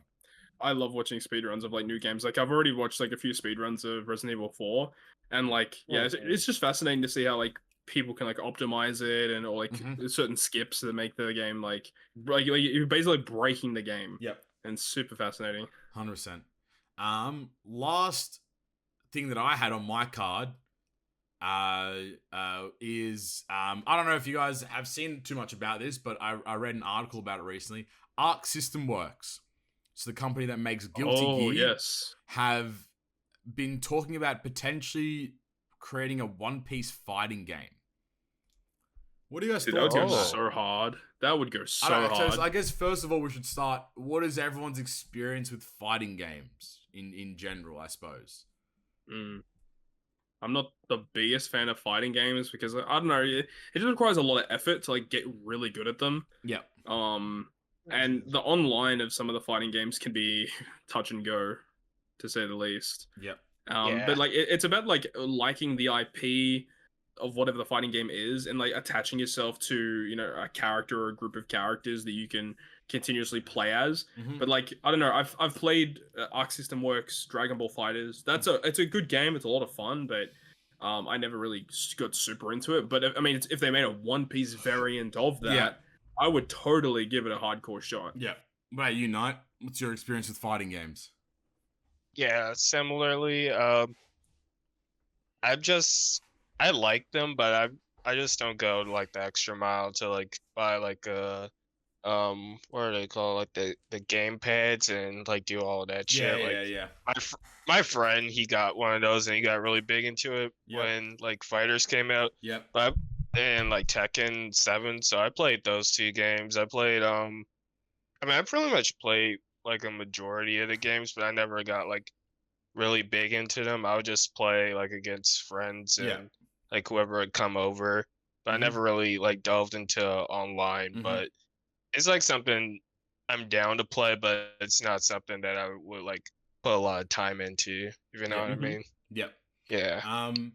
And I guess for myself, like I've played no fighting games. I guess the only thing I've played is Smash, but I guess for a lot of people that's not considered a fighting game because no one really puts it as part of the fighting game community type beat. But I never really played any actual like fighting games. I think like for me, like I'm kind of on the same boat as the two of you. Like I super casually, I'm down to clown and like just play a little bit and like have fun. But like as soon as you start like opening like combo menus and like that kind of stuff, no shot. I love watching them. I don't even know how the fuck Tekken works, but I love watching Tekken. Tekken's a sick like, you know, a spectator sport without a doubt. But like I could not even think or see myself like opening Tekken and actually learning the intricacies of a fighting game. But I guess that kind of leads us into it. Do you think, like you said, you would give it a hardcore run? Like if Arc System Works was to develop a One Piece fighting game, how do you guys feel about that? Do you guys think you'd invest a lot of time into it? Do you think you'd like actually like want to like learn or play it properly, or would it just be like more like a party kind of game? Yeah, I think initially when a game like that would ever first come out, I'd like play the shit out of it for a while, and then I'd probably drop off and not play for a while, and then like casually like they might bring out DLC for new characters, and then I'd jump back into it, play it a little bit. I wouldn't see myself being like that type of guy that like automatically transitions to only playing the one fighting game, but I could see it being a good casual game to like play with friends or play with Discord, like people on Discord and stuff. That'd be pretty fun. Yeah. What about you, Knight? What are you thinking? How would you feel about it if they were to develop it? Well, when I started playing Burning Blood like in 2016 or something like that, I didn't spend a whole bunch of time learning it, but I did try to learn like Boa and like properly learn how like to use these Kizaru characters and shit like that. Yeah, but I didn't go like super hard into it, but I just found like a couple characters like, okay, I kind of like their like play style, and I'll just look up like the combo guides on like YouTube and I'll just practice a little bit, but I wouldn't go too hard. So depending on like how the game is and like what characters they have, and if I find like certain couple characters that I really like or something like that, I definitely would like give it a go at like trying to play online and stuff, and like if there was like a scene for it, like potentially join for stuff like that. But besides that, it would be mostly like casual with friends type shit. Yeah, I echo the same things as the both of you. I think it'd be cool. I don't know. Again, like I guess like my kind of taste for One Piece games has like been a bit interesting. I suppose. I guess because Treasure Cruise is just like the end all be all for the majority of things. But then at the same time, like Odyssey kind of came out and I was pretty hyped about it and I was gonna get it. But then like I watched my friend play it for like 2 hours and I was like, no, like I can't. Like this just looks boring. Like. You know, I didn't. That's fair. I didn't think I'd find it fun, so I didn't bother. And like, you know, I guess then like I kind of have. I guess if you want to count it, like my fighting game fix from Bounty Rush at the moment. I know that doesn't count, but like, you know, like it's a third person kind of like very slimmed down, like capture the flag kind of thing. So and I'm really enjoying. Yeah. I genuinely like, in all honesty, I'm really enjoying Bounty Rush. Like just playing it purely free to play. And just like having fun, like, you know, just like messing around, not like taking it too seriously has been like a really enjoyable experience. So like, I don't know if I think like if a lot of people got it, like if everyone in GGP got it and people in like Discord communities got it and everyone kind of like just got into it and had fun and like that kind of stuff, I could see myself doing that. But like, I don't think I could see myself ever getting like sweaty and like learning and like really like practicing or like, you know, that kind of stuff. I'll just like jump in and mess around kind of thing. So yeah. All right. We want to talk about the One Piece chapter because somebody's in the room. Thanks, Chris. Yeah, because somebody's in the room, so we can't talk about the One Piece chapter. One Piece chapter. But it's fine. It was fire. Get out the room. Well, so you guys can talk about it, but you guys can talk about it, but I can't because I got a headset on, so she can't really hear what you guys are saying. I can't hear anything that's being said. Yeah. No, it's fine. It's fine. But it was fire. It was amazing. All I'm saying is the recent chapters have been fucking crazy. Yeah, the latest chapters have been wild. Like, it just makes me think like.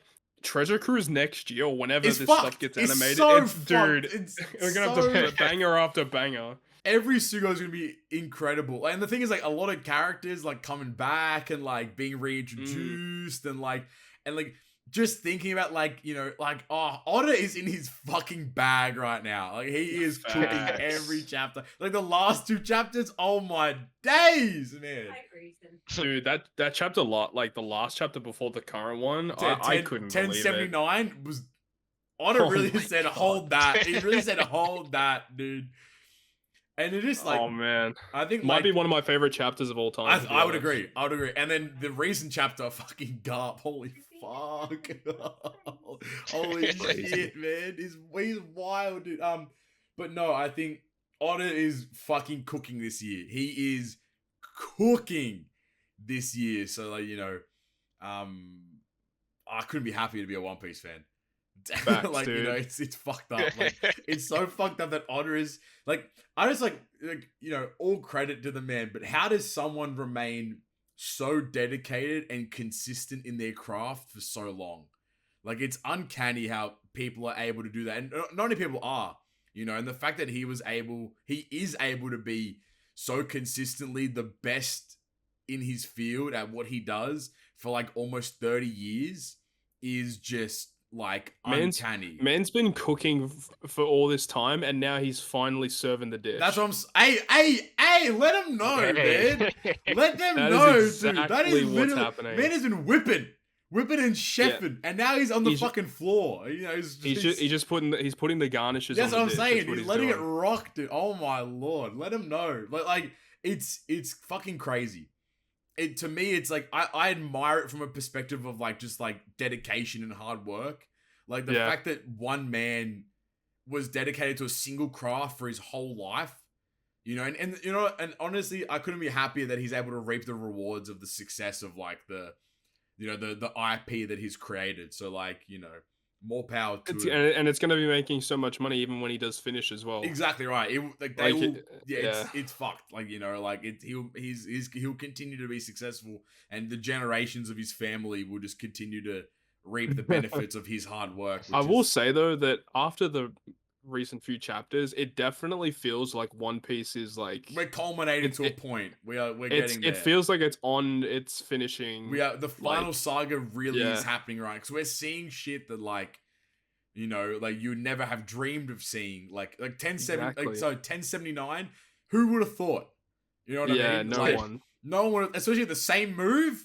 No shot, you know what I mean? Dude, so like, that was the cherry on top. Oh like, man. And like I think in the recent chapter, like it just makes you question so much. Like Marine Ford, like what would have happened if Sengoku didn't let go? You know, or Sengoku let go. You know what I mean? Like it's. I mean, I think ridiculous.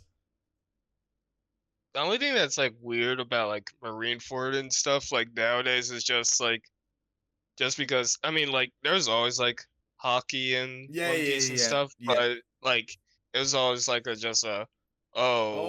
can just will myself to like be stronger than like stone and steel and shit. Yeah. But then like nowadays it's like a idea. It's just like, oh shit.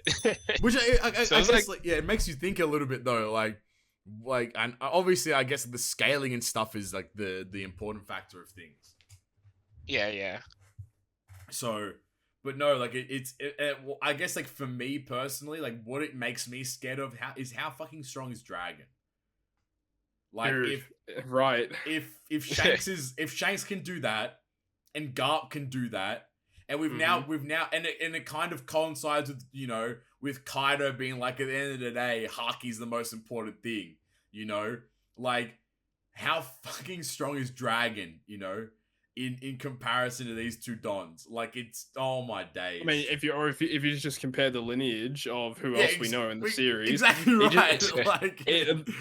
They have to be vicariously. They have to be fucking crazy, right? So like, you know, I don't know. Where Oda is in his fucking bag, and I could not be happier, man. Honestly, I feel like we would be like something like that should be answered soon. Exactly, you know. Now we're approaching, in regards to that individual, yeah, and we are approaching the culmination of Egghead as well. I feel like we're almost towards the end of it, and like, you know, like there's just so. I think like the coolest part is that there's a lot going on, and you're always left like teased and questioning, like, you know, what's the next move? Where are we going next? Who's involved? Where? Like, I was not expecting like that, like the recent chapter. No way. Nor was I expecting like the chapter before that. And that's the thing, like literally every chapter, you don't know what to expect because we had what we had in the previous chapter, but even before that, like we were just stuck with the Straw Hats. But then the imposter, after that, we're just going into random locations and just, you know, like we don't know where we're going next. Characters are being brought in that haven't been in the series for ages, or like we're unveiling new things, and like it's like who the fuck knows like where we even go after Egghead? Like obviously like, everyone kind of has an assumption, but like Oda could just fucking take us somewhere completely random. We could just be elsewhere doing something different. So like, I mean, we still don't know where the last poneglyph is. No, we don't, which I think is the coolest part of everything, you know? So I think like me and Ryoin's tinfoil hat theory is that it's on Sphinx or something like that. It kind of makes sense if it was there. But because then you'd have this really nice like turnaround of like the Straw Hats leave Egghead, they like they go to Sphinx to like commemorate Ace's death, and then they maybe go back to Wano, pick up Yamato, and then they kind of go to Elbaf afterwards. That could kind of be a potential route. I think the final one is where 1079 was. Yeah. Oh, yeah, I agree as well. That would make a lot of sense too. You know, that makes a lot of sense. Overall. Yeah, I think it makes sense. It could, I mean, literally could be anywhere. We don't know where it is. Could be just like it could like not exist or some shit as well. I only like one archaic dude knows about it. You know, like it's on the moon. Eneru's got it. Whoa, hold on. That could you know the crazy part though is like that could be right. You know what I mean? Like I think any of these weird. That's the insane part is that he just Eno could just pull up with the fucking poneglyph on his ship and he's like, "Hello, I'm back. You have to kill me if you want it." Type beat. So like, I don't know, Oda in his bag. We love to fucking see it. So, you know, I love it. One Piece is good. One Piece is good. Oh shit, it's kind of good. Hold on. All right, you know what else is good though? our GGP members. Yes, sir. Yes, sir. Thank you guys for continuing to support us. We do greatly, greatly appreciate it. If you do want to support us, make sure you go down there, hit the like button, hit the subscribe button, hit the bell even, and then comment. Carissa, what is the word? Carissa, what's the word that we have to say for people that got this far into the podcast? What are they going to comment? Potatoes. It's always why is it always potato related? That's literally what it was last episode was potato chip. This week it's potato. All right, last week was potato chip. Potatoes in the comment section. Bunny Bunny is the word. Sir. Yep. Bunny in the description. I'm talking low punny. Okay, hold on, run it back. You know what I'm saying? Bunny in the comment section down below if you made it this far. We do greatly appreciate it. But without further ado, if you want to become a member, you can hit the join button.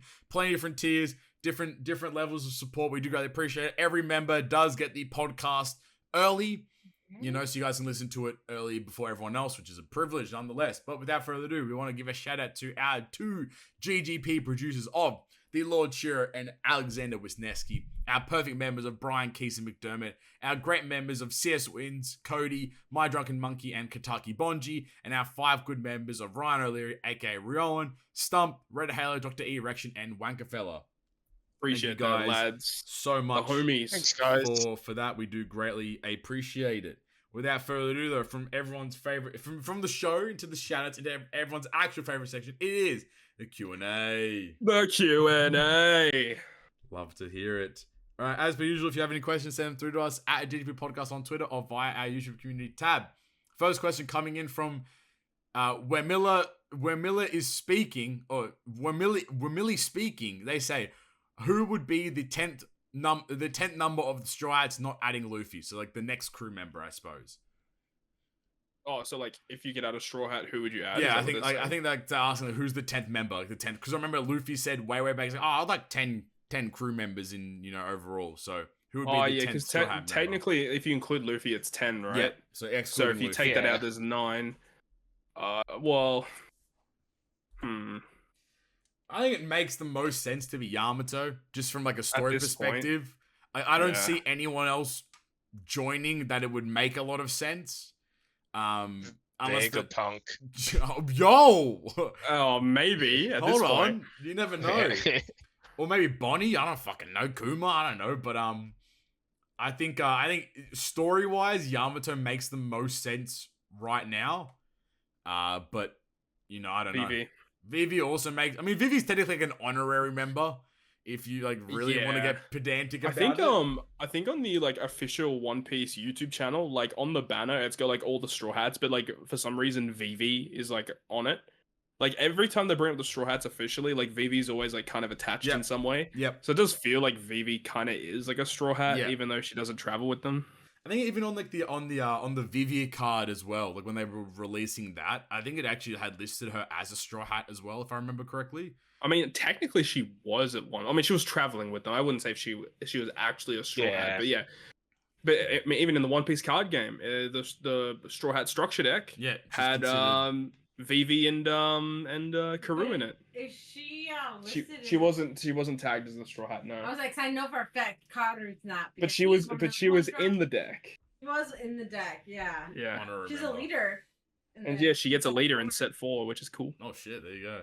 But anyways, that's for another day. Yes. Yeah, that's for the next not Treasure Cruise related podcast. That's right. Night. Anyone else? Anyone for you? The 10th Straw Hat? Baby no one I have is Vega. I was not gonna say Baby 5. Buffalo and Baby 5. Oh, let's go. All right. Next question from Obsidian_Steed.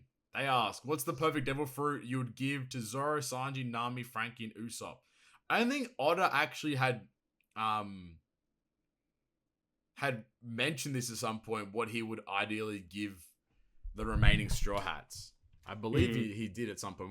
While I'm looking that up, what would you guys give the remaining Straw Hats? Well, Eneru's fruit goes to Nami. Yes, 100%. Shit. I don't know. I guess Sanji can have his invisible fruit if he wants it. I think that's literally what Oda said. Oh, here you go. Oda on what devil fruits the other Straw Hats would have. Click to see spoiler. So Nami would get Enel's fruit. Usopp would get Flamenco's fruit. That kind of makes sense. Yeah, that's cool. Otter said Sanji would get Senior Pink's fruit. The swim. That makes so much sense. Frankie, and then what does Zora get Mr. Ones? No, so Frankie gets Baby Five's fruit, which actually makes a lot of sense. Okay. And then supposedly Zoro would get the fish fruit and model Azure Dragon, so Kaido's devil fruit, and then Otter said he thinks it would be better if he sword ate it instead of him. Oh, what? So that's the weirdest Otter's thing ever. That's Otter's breakdown. And you know what? I agree. Fuck it. Usopp having Flamenco's fruit would be so funny too. Usopp with Flamenco's fruit makes a lot of sense. Yeah, that's cool. And Frankie's with Baby Five, I totally agree. That'd be fucked up. Frankie with Baby and Five. Sanji with Senior Pink. Oh my god. Yeah, that's like perfect. It's Sanji with Senior Pink's devil fruit, so he can swim because Sanji's a good swimmer. And he can swim and he can fly as well. Like, you know, he can swim and fly. That's so he can true. do everything. He can literally do everything. Damn, land, sea, and air. Then it turns out the guy that made One Piece is pretty good at. Yeah, he knows his shit. He knows his shit. Hold on, run it back. All right. Anything else though? Any other fruits that you guys would potentially? I think Mr. One for Zoro makes a lot of sense. I agree. Like, I think it'd be really cool. I definitely say. I mean, like seeing that Zoro as gets the map fruit, so he never the map fruit, the GPS fruit. That's what the compass fruit. He becomes a human compass. He is the compass. Yeah, that's what Nami uses him to fucking get from island to island. That's what it is now. All right. Next question from @baby_quols. They ask, conditional stacking with Robin changed the game and allowed us to do damage we never imagined. What do you all think will be the next big damage leap for OPTC? Well, I'd say Super Tandems probably came a bit before that, like in terms of increasing damage. Yeah, I'll say Super Tandem that followed into Robin's conditional stacking was a massive upgrade in damage in itself. Well, I mean, you could probably take that and just say, like, what if we could just stack attack boosts? I think the next kind of upgrade that we saw was, I would personally say, I mean, not really an upgrade because it's like not as like big of an impact, but I mean, Ace's like carryover of chain was like that's a big thing when you really think about it, right? Because that's a fourth chain boost. I think, what are we at now? It's like additional, multiplicative, and now we have this carryover one, which is like... And boundary. And then boundary as well. So you can have like a boundary and then have 3 like chain additive kind of things to work on top of that. But I don't know, like what they could do that was like gimmicky wise, like as a whole, that wouldn't be like absolutely like busted. Because if you can, but that's the thing as well, is that if there's so many different ways to add damage, it's going to get to a point where you literally cannot fit all the characters on a team. Correct. 100%. It's already pretty much getting to that point now. Yeah, like 100%. You pretty much can't fit everything, which is wild to think about. But yeah, if it does get to that point, like what else could they do to, like, if you just think of how much damage we can do now, let's say hypothetically, you can have every sort of buff on your team. It's like a punching bag. You can do as much damage as you want. Now imagine that, but then add another like 2 times boost on top of it. Well, yeah, that's fucked up then, because like I think the biggest comparison point was Super Boss Doflamingo.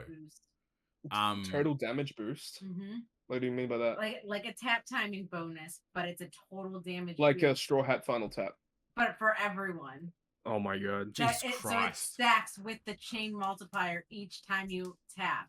So like a tap timing bonus, but a total damage. Well, that'd be cool if we got a tap timing bonus that was like super OP that goes through normal attacks. See, here's what I think they could do in that regard. They could like do a tap timing bonus that added like 10% of what that unit's damage was. Yeah. So like, I agree with that. If a unit did like 100,000 damage, it would add 1,000 damage, or like it would add like 1.0 to the chain, and then if a unit did like 1.3 mil, it'd add like 13, or I don't know, in that kind of capacity. Yeah, it'd be like a character like a pseudo bullet, where it's like depending on how much damage this character does, where bullet says like do that much end of turn damage at the end of the turn. It could be like a carryover thing, as you said. Like you carry over a tap timing bonus to the next stage based on your damage dealt. Yeah, that's super cool. I dig that. Or maybe you could do like a tap timing bonus where it was like your chain, so your total damage divided by your chain is whatever the carryover bonus was, and maybe divide it again. So it's not like an outlandish like 20 million or something like that. It's like 2000x or some shit like that. So I think like that would be a really cool mechanic. But like when you think about it, like I think Super Boss Doflamingo is probably the highest damage we've seen in the game, like period. I think people were hitting like 300 to 400 billion. So like freaking crazy, right? So if you were to just times 2, that's literally you'd get to almost 1 trillion damage, which is like okay, like that's a lot. And I think then again, they could stop it by having more intimidation. Well, exactly. Intimidation is the biggest fuck you to ever doing 1 trillion damage. Because if we do 1 trillion damage, you literally can one tap the super boss. Like, So that shouldn't happen. Like I thought of like a way to make super boss more interesting. Like have it like cycle. So like let's say like you beat super boss like and it gets to the max HP, you beat the max HP, but then it resets back to the base level of HP, but more debuffs get added or something like that. So when you get up to the very top, then it cycles back down. You get to the very, very top, cycles back down. Yeah, so it's kind of like a normal Kizuna where after level 30, there's like additional gimmicks. But you continue that cycle though. So like, let's say you do like every like 10 super boss levels, it adds additional gimmicks. So then that's kind of a different kind of mitigation strategy where instead of having super intimidation, you then have to be more intricate with the teams that you build potentially. A more unique way of approaching it. But on the stacking, the damage question, I mean, I agree. I think they could just add like a new kind of attack boost that like, I mean, overrideable attack boost is kind of like the next step. Like I think I like that. More overrideable buffs would be the next thing. So imagine if you could get like an overrideable orb boost, an overrideable color affinity, imagine if supports were overrideable, like in that kind of regard, because then you could get around interruptions by popping a support that gives you a color affinity that's overrideable, and then you could pop a special that overrides the color affinity, and then you kind of get around the interruption of a color affinity kind of thing. So like I think and those specials that are like reducing the redundancy, where it's like if you have an attack boost, get an all boost instead, but then it applies both. It applies both instead, which is like which is super valuable. So I think we are kind of in that stage of like overrideable boosts and the next step. Maybe that's not going to add damage. It won't add damage like that, like the same way that Robin's special kind of did, but it adds more flexibility and more uniqueness to teams to get around certain debuffs and altercations and such as well. So I'd personally vouch for overrideable buffs being the next step like forward in that kind of regard. Yeah. Awesome. Okay. There you go. All right. Next question from @Usops Will. They ask, hey guys, I love the pod and want to participate more with questions, but I always draw a blank when it comes to asking them. What types of questions do each of you like answering the best? OPTC questions, anime questions, or just out of the box type questions? Thank you. All of them. Yeah, just ask anything. Like we don't really care what kind of question you ask, so long as it's like me. If I had to put it like personally, questions that allow us to discuss a little bit. Like is always open-ended questions. Exactly. Is always like a benefit. Or like funny stuff. Like, how Obsidian Steed was asking like the Davy back fight questions where you can just like clown on it for a bit or whatever. Or like, I mean, I think Cody is in his own little realm of questions where it's always this really nice, like intricate kind of style of things, which is always good. But any kind of questions is positive. We always really appreciate them. And I agree, open-ended questions always seem to be like the best style of question that we can have a good discussion around the room with. So, Agreed. There you go. Next question from @RedHalo Gaming. He asks, what would you change / add to the Sugofest structure to make it better, but also still make sense, a business sense for Bandai? Make structures better, but business sense. You gotta try and bait people more. So make the steps like appealing. That's it. Just make. I think personally, the 30 gem multis and 1 gem multis were not a poor business decision. There's actually a very good psychological manipulation I tactic. mean, honestly, even if they did a bunch of 30 gems, like sprinkle them in, and then like make like step 10 like super insane, like crazy good step, because people are willing to go an extra mile if they can 100%. get a couple of discounts along the way, if they can have a one really good chance at a character that they want. Because how many times were you pulling on the 1 gem multis? And like, let's say you do like 5 multis, and the next one's a 1 gem. You're like, oh, I'll do it. You do the 1 gem multi. Because then you think about it, you're like, if you're 1 away from a 1 gem multi, it's like, oh, so it's basically 51 gems for 2 multis. Correct. For 2 multis. See? Yeah. It's like I think like maybe like things. I was never upset with like 1 gem multis had no raid ups. I didn't give a shit because it's literally like there was nothing. It progresses the steps forward, which is what you want at the end of the day. I also think that like, rethink the strategy of 50 gems business wise, bring it to 30 gems, but then make every legend guaranteed on 30 multis, so 900 gems total per legend. I think that you will have an influx of people pulling 30 multis on every banner because it's 600 gems cheaper, but more, you'll have a larger volume of people spending money to do those multis.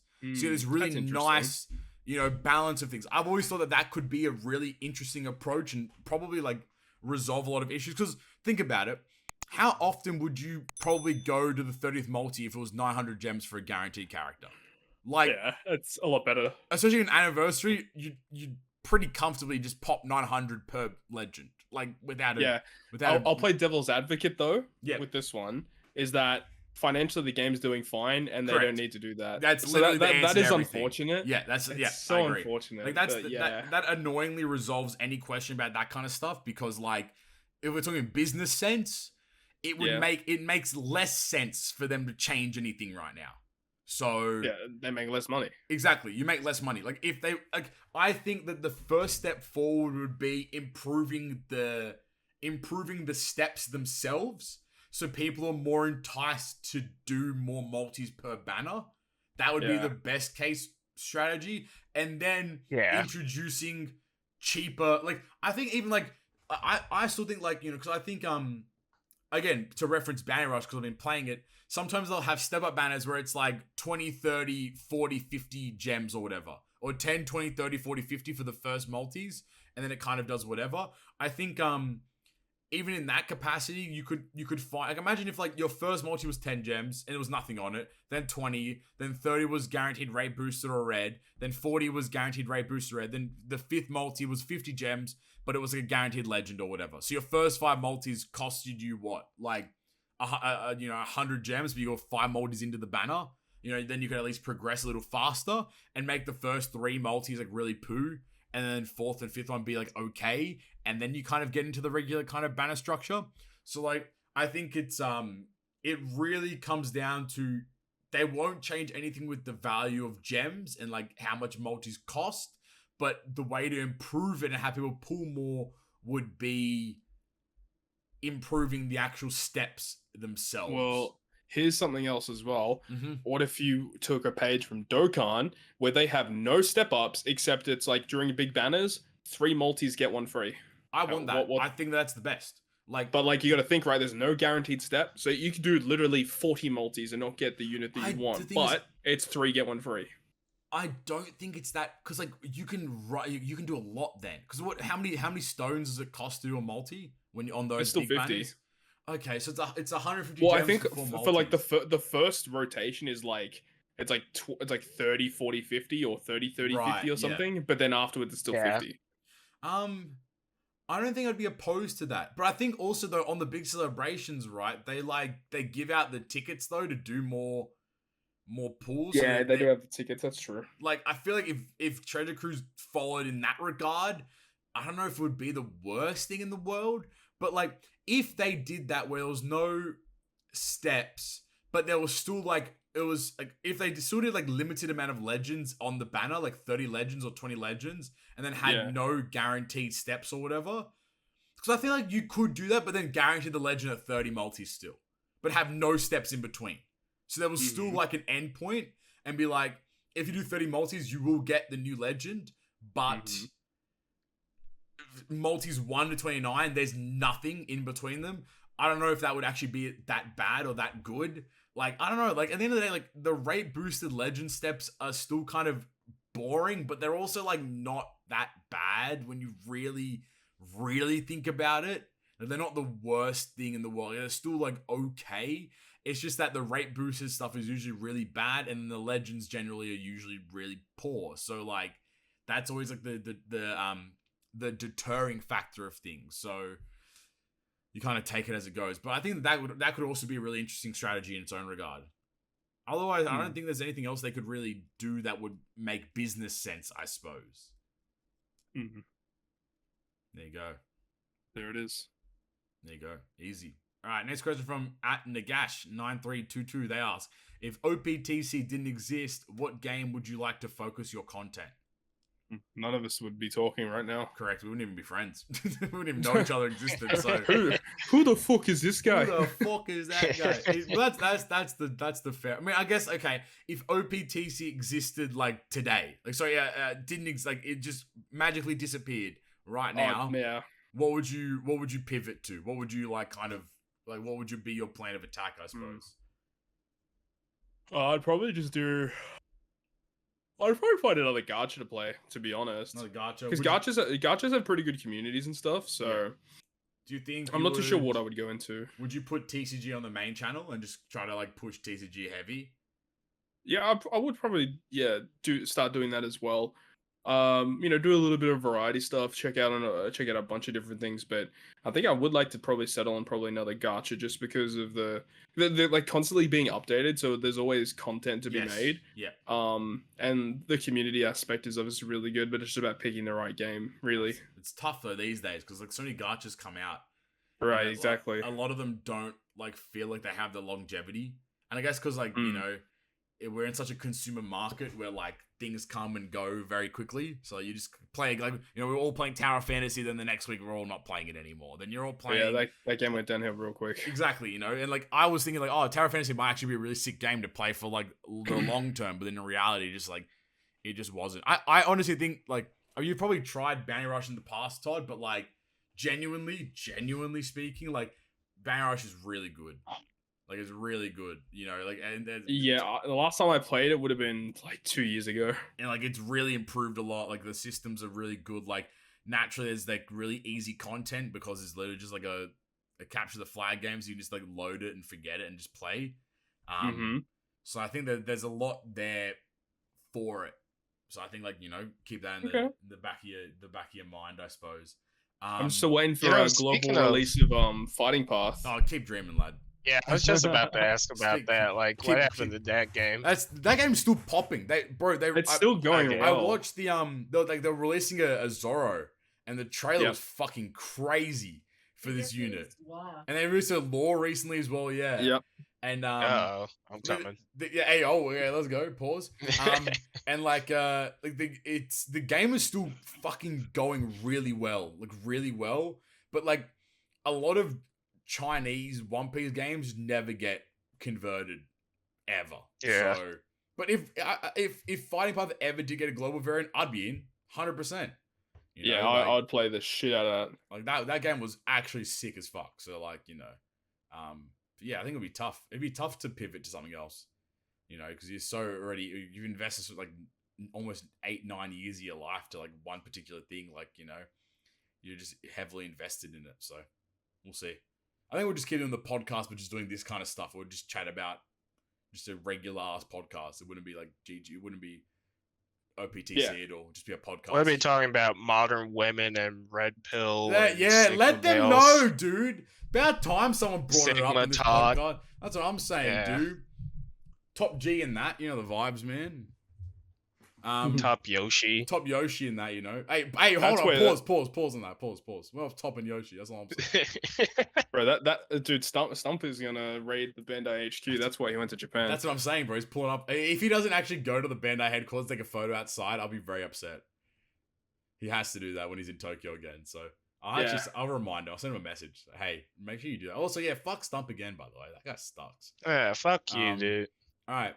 Next question from Shinamonti 2021. This person is 2 years old. What is still keeping you in the game? in OPTC. I'm assuming.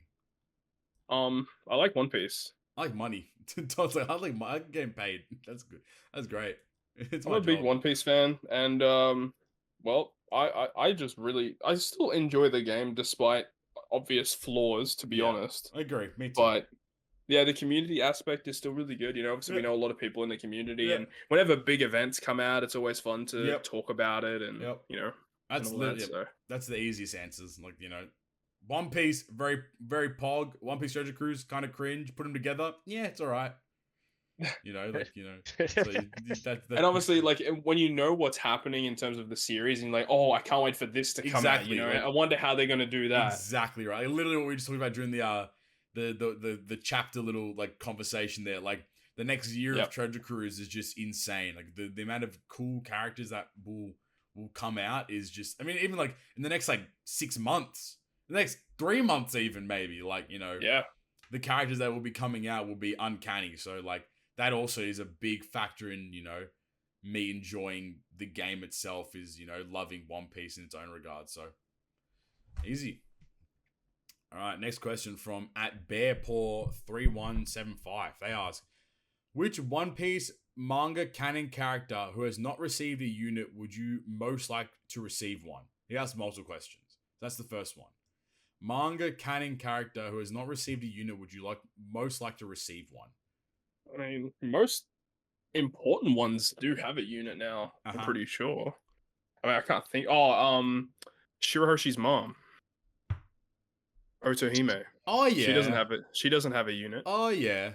Even Stussy has, or not Stussy. What's who? Sanji's mom. Sora. Yeah, she has a unit. Yeah. So Stussy also does have a unit. She's got a couple. Yep.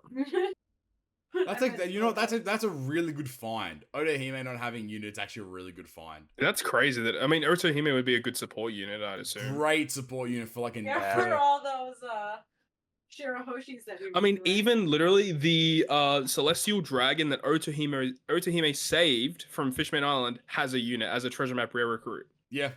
But Otohime herself doesn't have a unit, which is just uncanny in its own regard. So I kind of agree. That's the only one I can think of. That's a great one. That's the only one I can think of as well. What was the first game you played? That's the next one. First video game you played. Yep. It was probably Super Mario Brothers on the NES. I think mine was Super Mario Brothers on the SNES. My friend had it. He lived a few houses down, and I remember he had the NES, and we had a good time. It was good fun. Love that. Night first game. Oh, I think it was it was some PS1 game. I think it was like Bandicoot on the PS1 or some Crash shit. Bandicoot, my guy. That's a fucking sick game. Carissa, what was the first video game you played? First one that I can remember playing was Super Mario Brothers 3 on the NES. Oh, I love that. Super Mario Bros. 3 is goated. That or The Simpsons on the NES. Oh, The Simpsons. That game is torture. Okay, this is a weird one. Which non-One Piece fantasy / historical, then he specifies pre-1490 AD / CE world would you enjoy to VR MMORG Sword Art Online style where you all have senses? That's so specific. Take me back to the Roman Catholic era, and I'm gonna go fight with the Spartans. I'm down. What happened at 1500, bro? What happened then? Why did you specifically AD go to the 1490? What happened? When was like feudal Japan with the samurais and shit? When was all that? Christians in Europe. Book of Revelation was created. The Middle Ages. Oh, no, Middle Ages. Damn. Louis Count of Vaudemont, Italian bishop. He was around. He was being chilling. Yeah, I fucking don't know, but take me back to either the fucking samurais, because that'd be sick as fuck to just be a sick cunt samurai. Or, I don't know, take me back to like the Roman, like, fucking Colosseum days, and just run it up against some fucking lions or some that shit. That shit would have been wild. Yeah. Take me out quick and easy. Just end it. Just end it all. Alright, next question. From Wankerfella. Ew. Pop quiz, hot shots. What do you guys call a legend you get while sitting on the toilet? Poo. Oh, poo. Yeah, you're a weird guy. With Barto and Cavendish being the next dual unit getting a 6+, what do you guys hope they will do to make the unit better? Ooh. That's a toughie. They're heavily driven related. Yes. If I remember correctly. I feel like I don't know if they're gonna stick with mono driven or they're gonna expand on that. Whether it's like driven Dex quick or driven slasher striker. I think that would be the best case scenario. I feel like having it be like driven Dex for Barto, then driven quick for Cavendish, and then combined together you get the full Monty. Because they make. I can't wait to see what they're gonna do with the switch effect and the super swap. Because they make strength Dex and quick is beneficial for driven characters right now. And the swap was an orb boost and reduced damage, and then HP, and then matching slot for themselves. Yeah, it's a lot. So you're getting probably a bigger orb boost, probably if they make this if they make the first swap like an orb boost to all characters instead of themselves, that'd be big. Maybe they could do like the super swap and orb boost to all characters, but still the base swap to themselves, something like that. They could do that. I mean, like the damage reduction is kind of negligible. Like it's cool, but like it's not necessary. I suppose. Yeah, it's not like you need to stall in today's content. Yeah, recovery is kind of whatever as well, I suppose. I guess for this special, they do like a damage threshold on your side of the team. Yep. So just replace that with the nullification. To be honest, they could do, they won't. But you know how Yamato has that air quotes conditional boost of like is Yamato the one that has the conditional boost where it's like based upon the percent damage shield? Like yeah. Maybe they could make it so, because you know how like this is like reduces any damage above 5,000 by 97%. Maybe they could have like a threshold boost, but it's based upon how much above the damage is. So 5,000 would be like a 1.5x, and if it got to 10,000, it'd be like a 2x or something like that. Like a threshold attack boost. Yes, instead. Similar to the percent damage reduction boost, but a threshold boost. I don't think they're gonna do that, but that'd be really cool if they or just a conditional boost if you have threshold like does something, you know.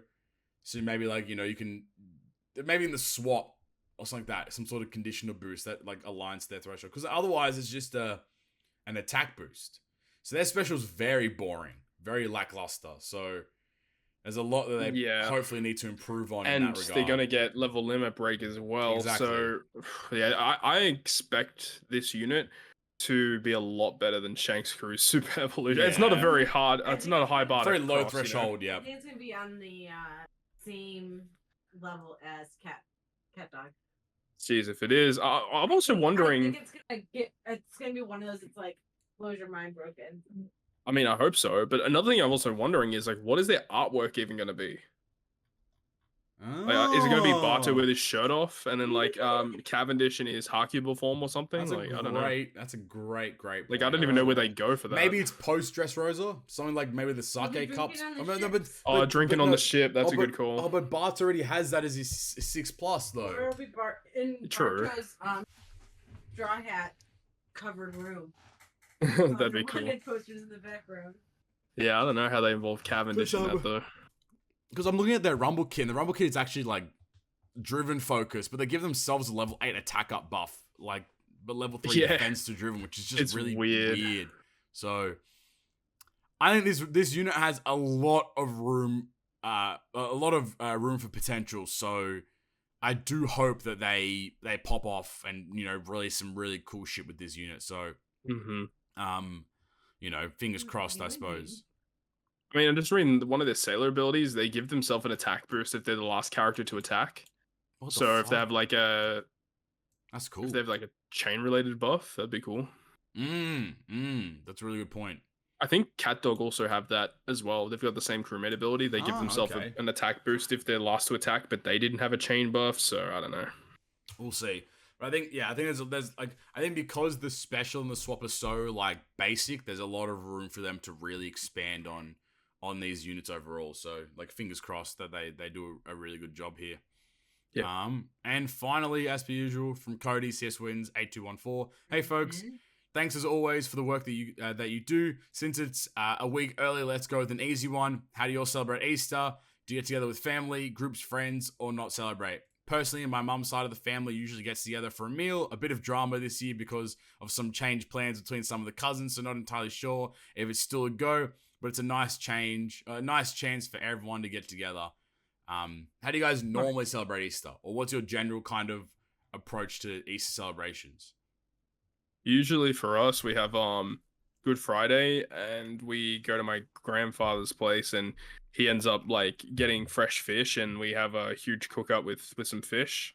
Nice. And we have a huge cook up on Good Fridays, and then typically Easter is like usually just immediate family. Like we don't really do anything too crazy. Mm-hmm. When I was a kid, we used to do a lot more. Like we used to go see the extended family, kind of like a mini Christmas, I guess. Mm-hmm. But yeah, since I've gotten older, like we just kind of keep to ourselves. We usually have Good Friday as our big day.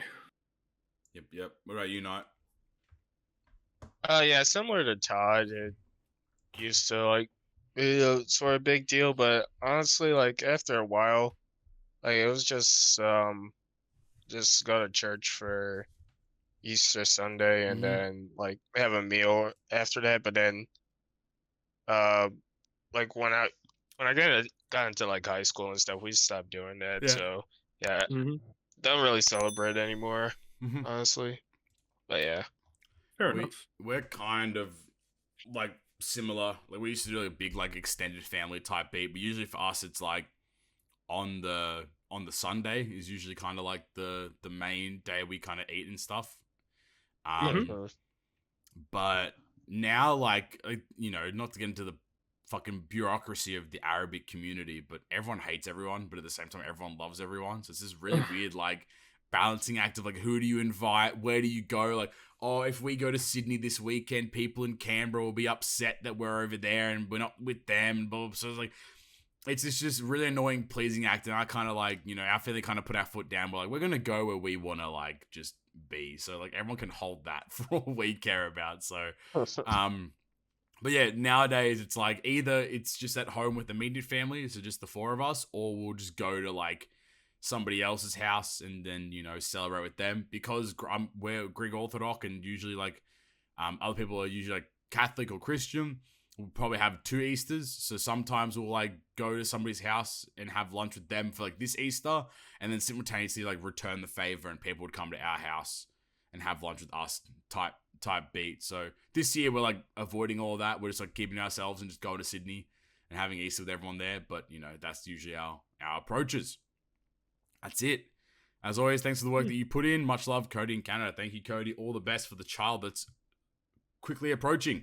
Yeah, I'm sure it'll be a handful. Yes, you know, as long as he's as attractive as I am, then no stress, bud. You're happy days. And as smart as I am, it is. As long as it doesn't sleep like you. No shit, yeah, please don't. God forbid. As long as it gets all the good stuff. Unless you buy him a Lisa's mattress. Yeah, let him know. Just one more time. Thanks for the sponsor. Thanks for the sponsor, guys. We greatly appreciate it.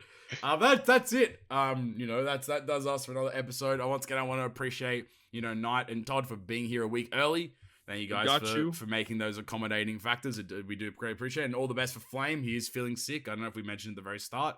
But yep, so all the best for him, getting a little better. And, you know, happy Easter. I know Flame, I think we'll be celebrating Easter as well. He's a religious man, I do believe. So, you know, all the best for him in that regard. But, as per usual, if you enjoyed today's episode, make sure you go down there, hit the like button, hit the subscribe button, hit the bell even, type a comment. Our comment was Bunny. So make sure if you made it this far as well, you type Bunny into the comment section down below. And also, you know, if you are feeling, you know, financially frugal, you know, make sure you go down there and, now frugal is actually the wrong word. If you're feeling financially frisky, that's a nicer word there. Go down there, hit the join button, become a member, different tiers, you know, they all represent different things, but also like you get the episodes early. So make sure you go down there and support us there if you want. 100%, you know, we're the best. So like, you know, you want to hear us early, right? Duh. But you know, whilst you're down there, go in the description, you go to our Linktree link, that is linktr.ee/Good Podcast. You can find us on a bunch of social media platforms, being Twitter @GGP Podcast. You can find us on anchor.fm/Good which will redirect you to, I think it's podcasters.spotify.com/podcast/ I don't know, some fucking bullshit ass link. But just go to anchor.fm /group. You can find us on that platform there. And you can find us on the main audio platforms of Spotify itself, Apple Podcasts, and Google Podcasts as well. Continue down there. You can find all of our social media links. You have Nightmare JP, you have Captain Papi, you have Toski, and then make sure you go support us in all those capacities there. But with that being said, I've been Captain Papi, Knight, Todd, and Kisa. Thank you guys for listening to the episode. Talk to you guys next time. Peace. Goodbye.